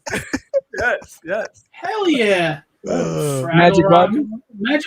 Paula and Carol and the Chuckle Patch. Yes. Hell yeah. oh, man, this just Captain went Kangaroo? retro. What'd you say? Captain Kangaroo. My Secret Identity, anyone? My Secret Identity. That was a good one. That was a good one. What else? Man, there's some old shit, man. There's What else? so many good ones. Yeah, man. First of all, Company? Well, yeah, Morgan Freeman starred on the Electric Company. He played Mhm. Dracula, man. Yes. Damn, We had yeah. Spider-Man. I couldn't wait for the Spider-Man skit. Yes. Hell yeah. Everybody wanted Yo, that. that original Spider-Man show was funny as hell when he was Oh, coming hell off the yeah. wall because the wire was. He's like, whoa. That was great. And that Captain America had a motorcycle helmet on, and there's only the one scene he throws his shield and it's like woo woo woo woo woo woo woo woo, like a friend be sitting there for 5 minutes, and he purposely throws it behind the guy with the gun who's standing there not shooting for some reason, and he doesn't see it's coming. I got you, ha ha! And it's like knocks him in the back of the head. And you know what? He's talking about the Goonies. Hey, you we guys. Yeah, we ate that shit up when we were kids because we Yes. didn't have what we have now, man. That's right. That's right. I mean, we had Dolph Lundgren as the Punisher, oh, and he didn't even have a dude. skull. Terrible. Oh, Yeah, Terrible. Nicholas Hammond. That's right. He was Peter Parker. I didn't like that actor. Nicholas And I Hammond. remember the Hardy Boys, Sigmund the Sea Monster. yeah. Remember Really? Ruth Buzzy on that when she was on that flying saucer with the Yes. what the frig was it called? HR Puff and stuff and, Yes. and The Land Cross, Before Time. Cross Superstars. Yeah. Hell yeah! Yes. No Yeah, better we some- time. There's Yeah, no we better go time. we go back though. Saturday We go morning back. cartoons were the best cartoons, bro. Dude, Dungeons and Dragons, Oh. Spider-Man's Amazing Friends, Come Black along Star. with the snorks. Swim along with the snorks. Yeah, I didn't watch them shit cartoons. I watched like the superhero shit. Gummy bears bouncing here and there and everywhere. Lidsville scared the shit out of me. I don't remember that one. No, yeah, I remember that. That's Bill. Yeah, Jason, you're dating yourself because we don't know what the fuck you're talking about. Yeah, I don't know that Puff one. What is that, Dragon. man? Puff the Magic Dragon? Yeah. Oh man. I mean, remember when you can watch a cartoon and they blew up a cat and people weren't stupid and decided to blow up a cat and ruin that shit for everybody? Absolutely remember I that. mean, I'm afraid to put a rake down on the floor. Someone might run into it. Yo, you know what I miss? I miss theme songs for all these shows. You know what I Oh, mean? yeah. You know, Dude, theme songs for this shit. Hunter and Buck Spencer for Rogers. Psh, What's that? Spencer for Hire. Yeah. Oh, how about That's for Greatest hire. American Hero? Yes. Oh, Greatest American Hero was the shit. Happened to me. Yeah. I Yeah. can't believe it myself. Terry said she goes back way further than us black and white TV when she was a kid. Oh, the Three Stooges. Yeah, dude. Here's the funny thing: when we were kids, we were just as much introduced to our parents' stuff. Like they had the Little Rascals on all the time. I watched every episode of that shit Every while I was watching the stuff that I was growing up on. I remember having to stand up to change the channel. You know what I mean? Like, Yeah. Yeah. I remember trying to find that blurry porn when you went to like channel 50. yo, Switch the back. and I'm Hispanic, so I had to get to the top one to get to the bottom one to get to the Univision, and you know what I mean? So I had two. Yeah, it was rough, and I was the I used to oldest, so I love- had to do it. I used to love the Abbott and Costello, like the Frankenstein meets the Frankenstein. Oh, meets hell the yeah. Every werewolf. Sunday morning they'd have a new Abbott and Costello. How about this Saturdays? After you watch cartoons all day, and don't Kung forget Fu? the Godzilla cartoon, Kung Fu, you damn right, baby. Kung Fu Theater. 3 o'clock. You had the Channel 5, Yes. Kung Fu Theater. Yes. Thank you. Yes. You had the Flying Guillotine and the Seven Storms. And oh, man. Deadly, Yes. Deadly Venoms. Yeah, it was. Seven Deadly Venoms. Yes. Oh, the Drunken Master. He was awesome, man. Dude, how about every weekday when you were watching like He-Man and Silverhawks and that shit? Uh-huh. Channel 9 would put on a Godzilla or a Gamera movie at 4:30. Oh, Oh, remember What's Happening? Remember What's Happening? Yes. Raj and D. yes. Right. Steve, Yeah, the lovable little yeah, bitch. Yeah. Yes, I know. And yeah, good times. Anytime you need a pain. Yeah. Good time. Tell you, theme songs, man, they're gone. Creature feature. Yeah, we said Sigmund the Sea Monster. That's right. Remember Remember Toothless? March Remember March of the Wooden Soldiers? Oh, we watched it every year Every on Thanksgiving. Yeah, That's awesome. Hell yeah. Yeah, hell yeah. Dude, every Thanksgiving, you had Mighty Joe Young, you Yes. had Godzilla movies, Gamera movies, you had King Kong, and then they would put on the War of the Gargantuas. Yes. Every friggin' Thanksgiving. And now it's awesome. So when everybody's in the living room, in the dining room, I'm over there watching the movies. yeah, and they didn't really put a lot of football on back then. So No. you were watching Godzilla. Everybody's watching Godzilla. Well, you're trying to hide when Mom was saying, "Help out, make the damn table, set the table." Like, I'm watching camera. Yes, it was awesome. Yeah, I had a rotary phone too. Oh, No, I didn't share a phone line with a neighbor. That's some ghetto shit. I don't know about that. Damn, it was that rough. I didn't share bathrooms either. I'm just kidding. Sorry. But yeah, we had that. Oh yeah. Oh, yeah. Hey, it's like Chris Rock used to say in Lethal Weapon 4. That was hilarious. He goes, you dial, and then you hit the wrong number, and you got to hang up and all over again. horrible. Oh man. Those are good times. It really was, man. That's when the family were together at home. Yeah, Yeah, that was what. Yeah, it was different. You had Different everything. watching times, stuff man. at the same time, Yeah, man. Give Me a Break, The Facts of Life. We had so many great stuff.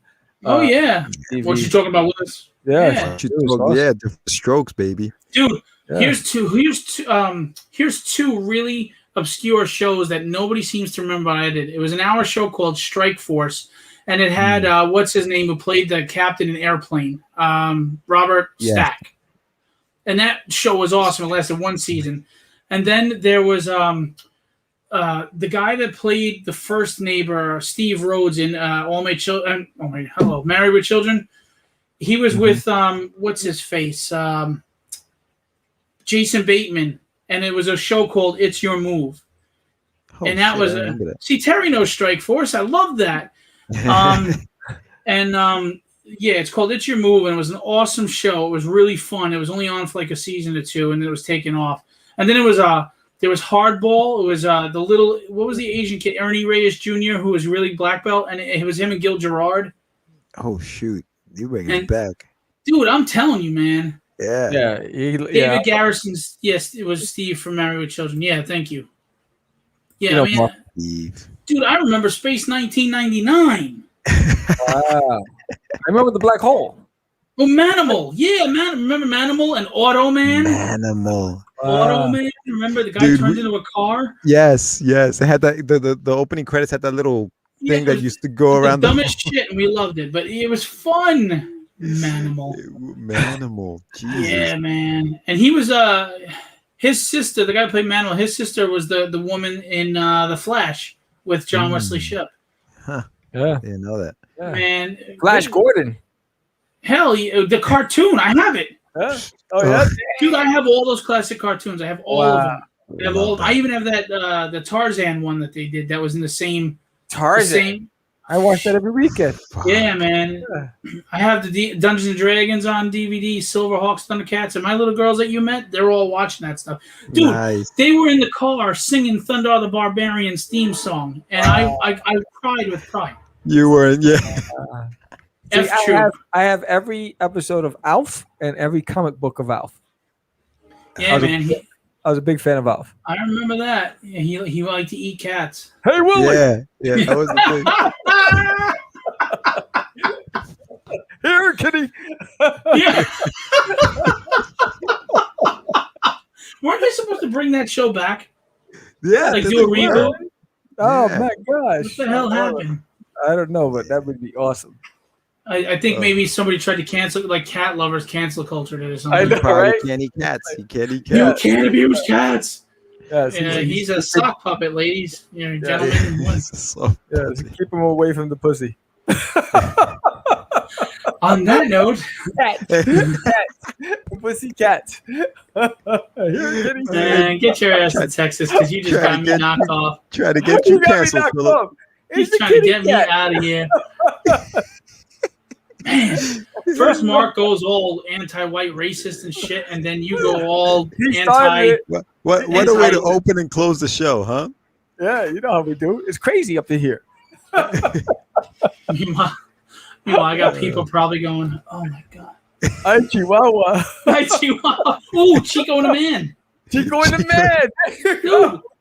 And you knew shows were fun back then, like Honeymooners, Chico and the Man, because they took place in the same freaking room. Yes, bang, zoom. It was him in the back of his van in the garage. That's the whole show. Honeymooners was in one room, the kitchen. You know, I mean, you knew they were great shows because they didn't go anywhere, and you still had fun. Good times was in their apartment. That was it. That's it. Look, it was fun, man. Samson and Sons. That's Stanford and Sons. Remember? Yeah, that's what my yard. That's what my yard looks like. Yes. Elizabeth, I'm coming for you, Elizabeth. Yeah. That was the best. I got crap all over my yard. I'm like, I tell my wife all the time, like, this is like Sanford and Son. What the hell? Yeah. So, Archie Bunker, come on. Yeah, you couldn't even have that show on TV. No, you can't. It's amazing what they got away with. It's a great. They forget about it. It's over. Yo, he used to make me laugh when he would do that shit. Like she'd be rambling on, and he just like, he like, she's loading the gun, and she's sitting there rambling on. I mean, imagine doing that today. Yeah. I mean, people might even look at this video now and go, "What a jerk." He's horrible. He's promoting guns and he's sexist. He's calling him Jorge. Yeah, right. Why are they making fun of the poor Spanish guy? Did he just call him Jorge? Because that's kind of racist. Like, no, it's kind of how his name is spelled, but okay. That's the name, guys. Oh man. What was his son-in-law's name? Oh yeah, Lamont. Lamont, yes. Lamont. Yeah. Yeah, man. And I just remember when we were watching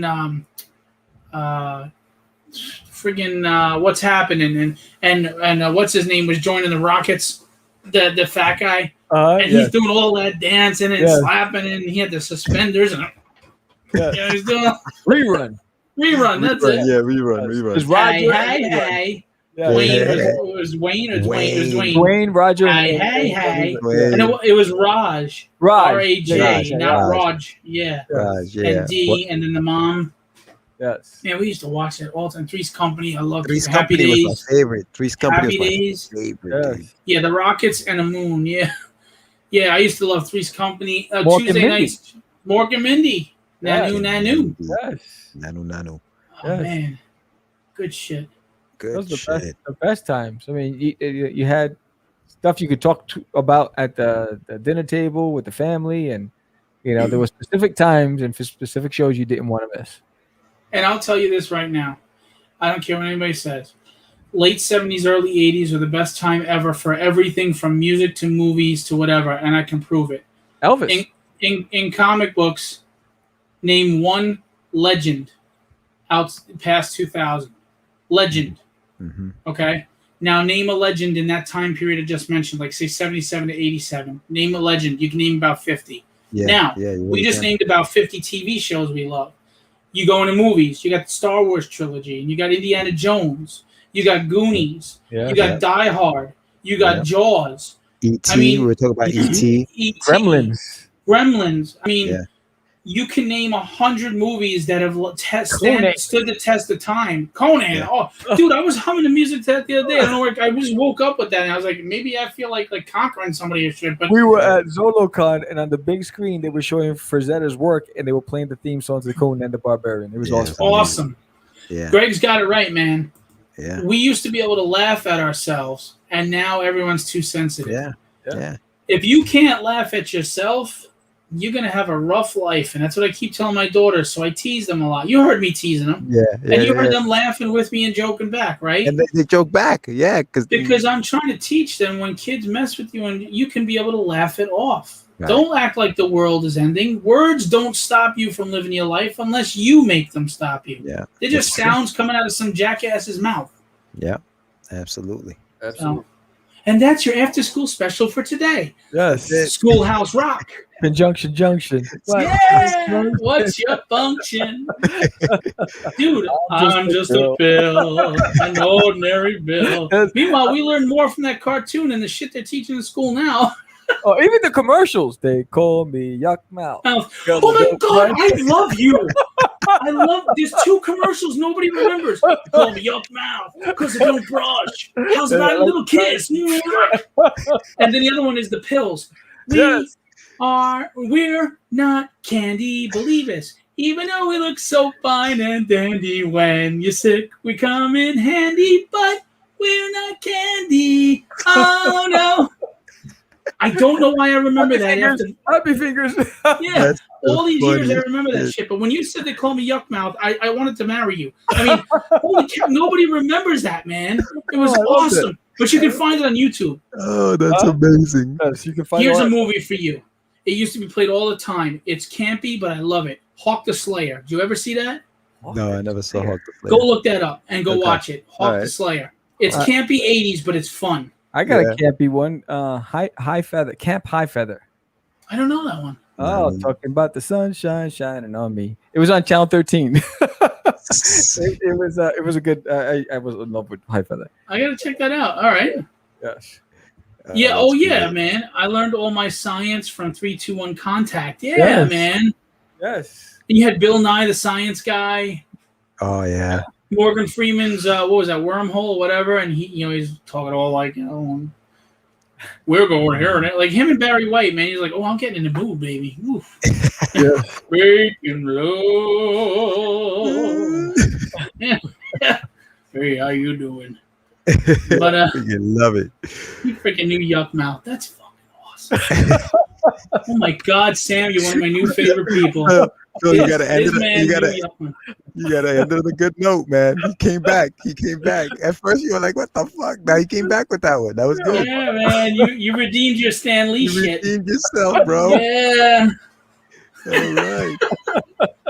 Look, you guys are awesome, man, and I appreciate you coming on. Again, Forbidden, Rude Awakening, it's book 2 of 6. Book 0 is out, and book 1 is on Kickstarter right now.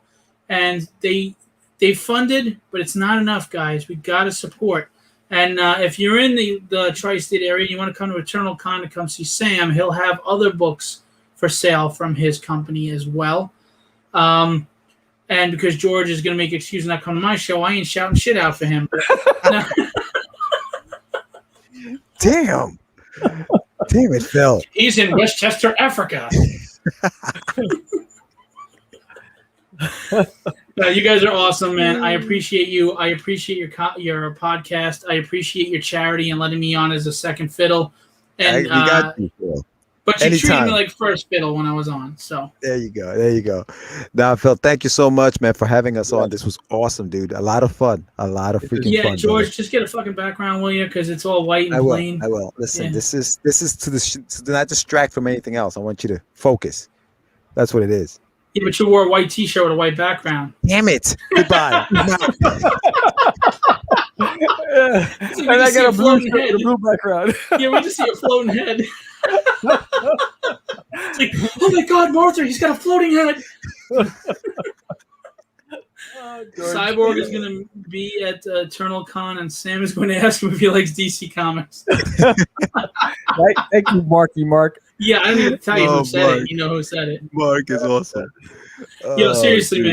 man, we had fun. We laughed, and if you can't laugh, the world will make you cry. So try to laugh. Absolutely. Have a blast. Absolutely. Yes, that's, sir. that's all we need is laughter and love. That's All it. we need is love. Wow, wow, wow, wow. All we need is love. Come on, George, join in. I'll All bob we my head with need you. is I'll bob my head with you. love. I didn't Love know is Love that is was all needed. we need. Love is all we need. You guys There sing you go. this Spanish, George. Yo, I'm not even kidding this, okay? Yeah. My wife questioned if I had testicles because there's a song from Pink Floyd called Great Gig in the Sky. And it's this black woman belting out just sounds out of her voice. And I can do it. Wow. I mean, I was just joking around singing here. I can actually sing, and I can do it. And my wife was like, "Do you have a set? What the? Someone squeezing something? What the hell?" And I can go look up Pink Floyd, Great Gig in the Sky. Uh-huh. Listen Gig to in it, the Sky. and then just Okay. understand that I can do that. And you can All be right. like, "Damn!" That's awesome. Great Gig in the Sky. I'm Great. looking that shit up. You gotta go check it out. I am. You're not gonna believe me. I can do it. Then do it. Let's go. I'm not doing it now. How many people want to see him do it? Come on. The problem is I would have to really belt it, and I would blast your eardrums out on the microphone because it's something That's you true. have to belt. You can't just sing it. You have to belt. I mean, she's like, boom. out Going. there. Okay. That's Just All listen right. to it, and you'll understand. I We gotta will. get up I on will. stage at EternalCon. Yeah. What's that? We gotta get you on stage at Yeah. EternalCon. I'll be Phil's doing karaoke. No, John, I'm not doing it now. I'll tell you what, everybody. If people if people right now lay out, if everyone in the room, all 8 people, drop $100 on his Kickstarter, I'll do it. Wow. And you cannot back out of your pledge Wow. before it's over. Yeah, I know. Wow. It has to be a lasting pledge. No backing out. And that card better work. Don't play any shit with us. Oh man, I wasn't born yesterday. I was born yesterday. You said that card better work. Oh, There's that's 8 funny. people in this room right now. If every one of you drops $100 on this Forbidden right now, I'll sing it. Oh, Oh, snap. And I'll snap. even stand up. I'm in my boxers. I'm not even wearing pants. I'll stand up in my boxers and sing it. Oh, Dude, it's 90 degrees. I'm sorry, but you didn't deserve pants. Dude, don't worry about it. I ain't got pants on either. Don't worry about it. Oh, snaps. That's it. I think I should leave you two alone. Yeah. Yes, Sam. Leave us You're alone. the one showing bare asses in your Yeah. comics right guys, man. Not me. Yeah. Oh, So- man. Awesome. All right. Well, You guys rock, man. If you want to, if you got nothing better to do, you want to hang backstage for a minute, I will say my departures here. Cool. But you guys are fun. I appreciate you coming on. You're always welcome back. Any Kickstarter, anything you got to promote, just say, hey, Rob. I mean, Phil. You know, if you Just wait for got his face. Terry said you're wearing white pants. It's a floating head. It's a bobblehead. Oh man. It's just hanging there in the air. What the hell? It's like the head in Dune. That shit's on a plate. All right. Oh, too funny, Guys, man. Forbidden Rude Awakening, book 2 of 6 on Kickstarter right now. Go pledge, guys. Give some support. Hit that green button that says back this project, or I will find you. All right, Sam. Jorge. Sam and George. Oh You man. guys have a great night, man. You too, buddy. Thank you so much. Thank you, everybody. So, who knew Sam could talk? Fantastic. I honestly, just from the first second I met these guys, I thought they were cool dudes. You know how you just like get a good vibe off of people? I got a good vibe off these guys. I think they're generally good-hearted people, good souls in them, and I think their passion shows in what they do. And I really want to see people like them succeed. Those are the people you want to root for, and I'm not making that up. This was ad-lib, not scripted, because we just vibed, we just gelled, you know, and that's because they're good people. Good people put that out there in the world, and it brings it back. So please, guys, seriously, we piss away money on a lot of stupid shit. Invest in the book. I'm sure you won't be disappointed. I'm going to invest, and I know I'm going to enjoy it. Let's help support the comeback. Let's help support a dream, and let's show Sam's wife that, you know, he's got something going, or she's going to get on his ass again, and we don't want that happening, okay? I mean, she may have the house now, but she may take his pants next, okay? So, and I'm kidding. I don't know the woman. She's probably a fantastic woman. I'm just joking.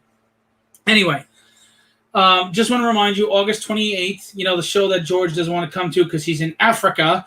It's an art show. $5 cash at the door, $8 if you do the early bird 9 o'clock. You get portfolio reviews from Scott Hanna, Keith Williams, Sean Chen will be there. Koi Pham is going to be there. Larry Stroman is going to be there.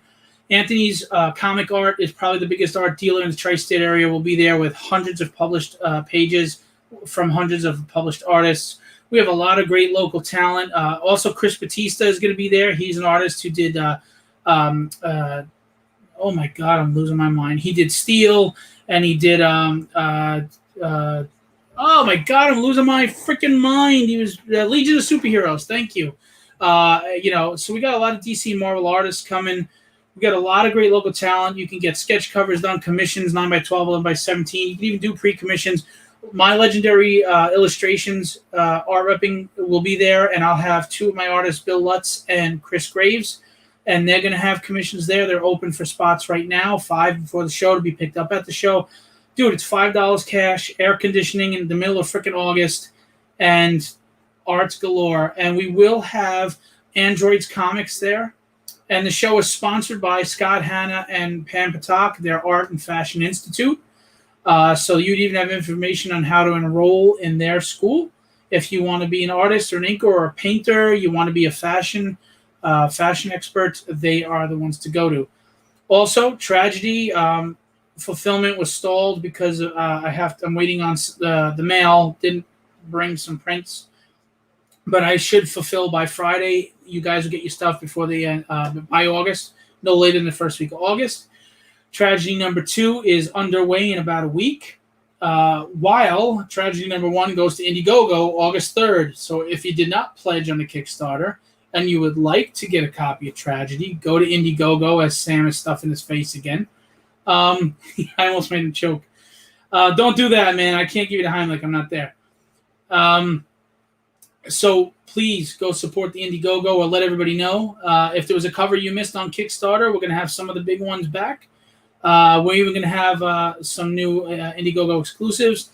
I have a store signing for Tragedy with Henry Martinez, the artist for Spirits of Vengeance and Blaze, and Amato Zapata. They're both cover artists for Tragedy. We're doing a store signing at Androids in Sayville on August 14th. Come check it out.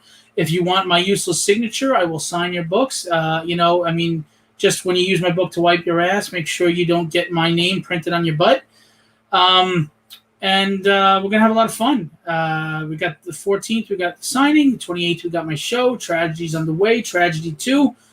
Lots of stuff going on, guys. Also, tomorrow night we have, his name is Dwayne Robinson Jr. I'm so sorry, I forget his name, but he will be an add-on show tomorrow night. He's an indie creator.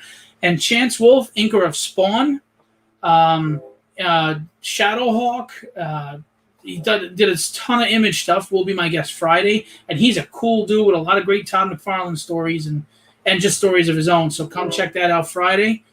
So Q&A is rocking on, man. 105 is in the books. 106 is tomorrow. 107 Friday. We are rolling. Can't say I'm not busy. And I got some big news for one of the artists that I rep coming soon. And it's some good stuff. Anyway, you guys are awesome. Please go check out CATCHDACRAZE. That's D-A, not the. CATCHDACRAZE on YouTube. Please go pledge on Forbidden Rude Awakening Book 2 of 6 on Kickstarter right now. And just support. Continue to do what you guys do. Thanks for being here tonight. Thanks for checking in.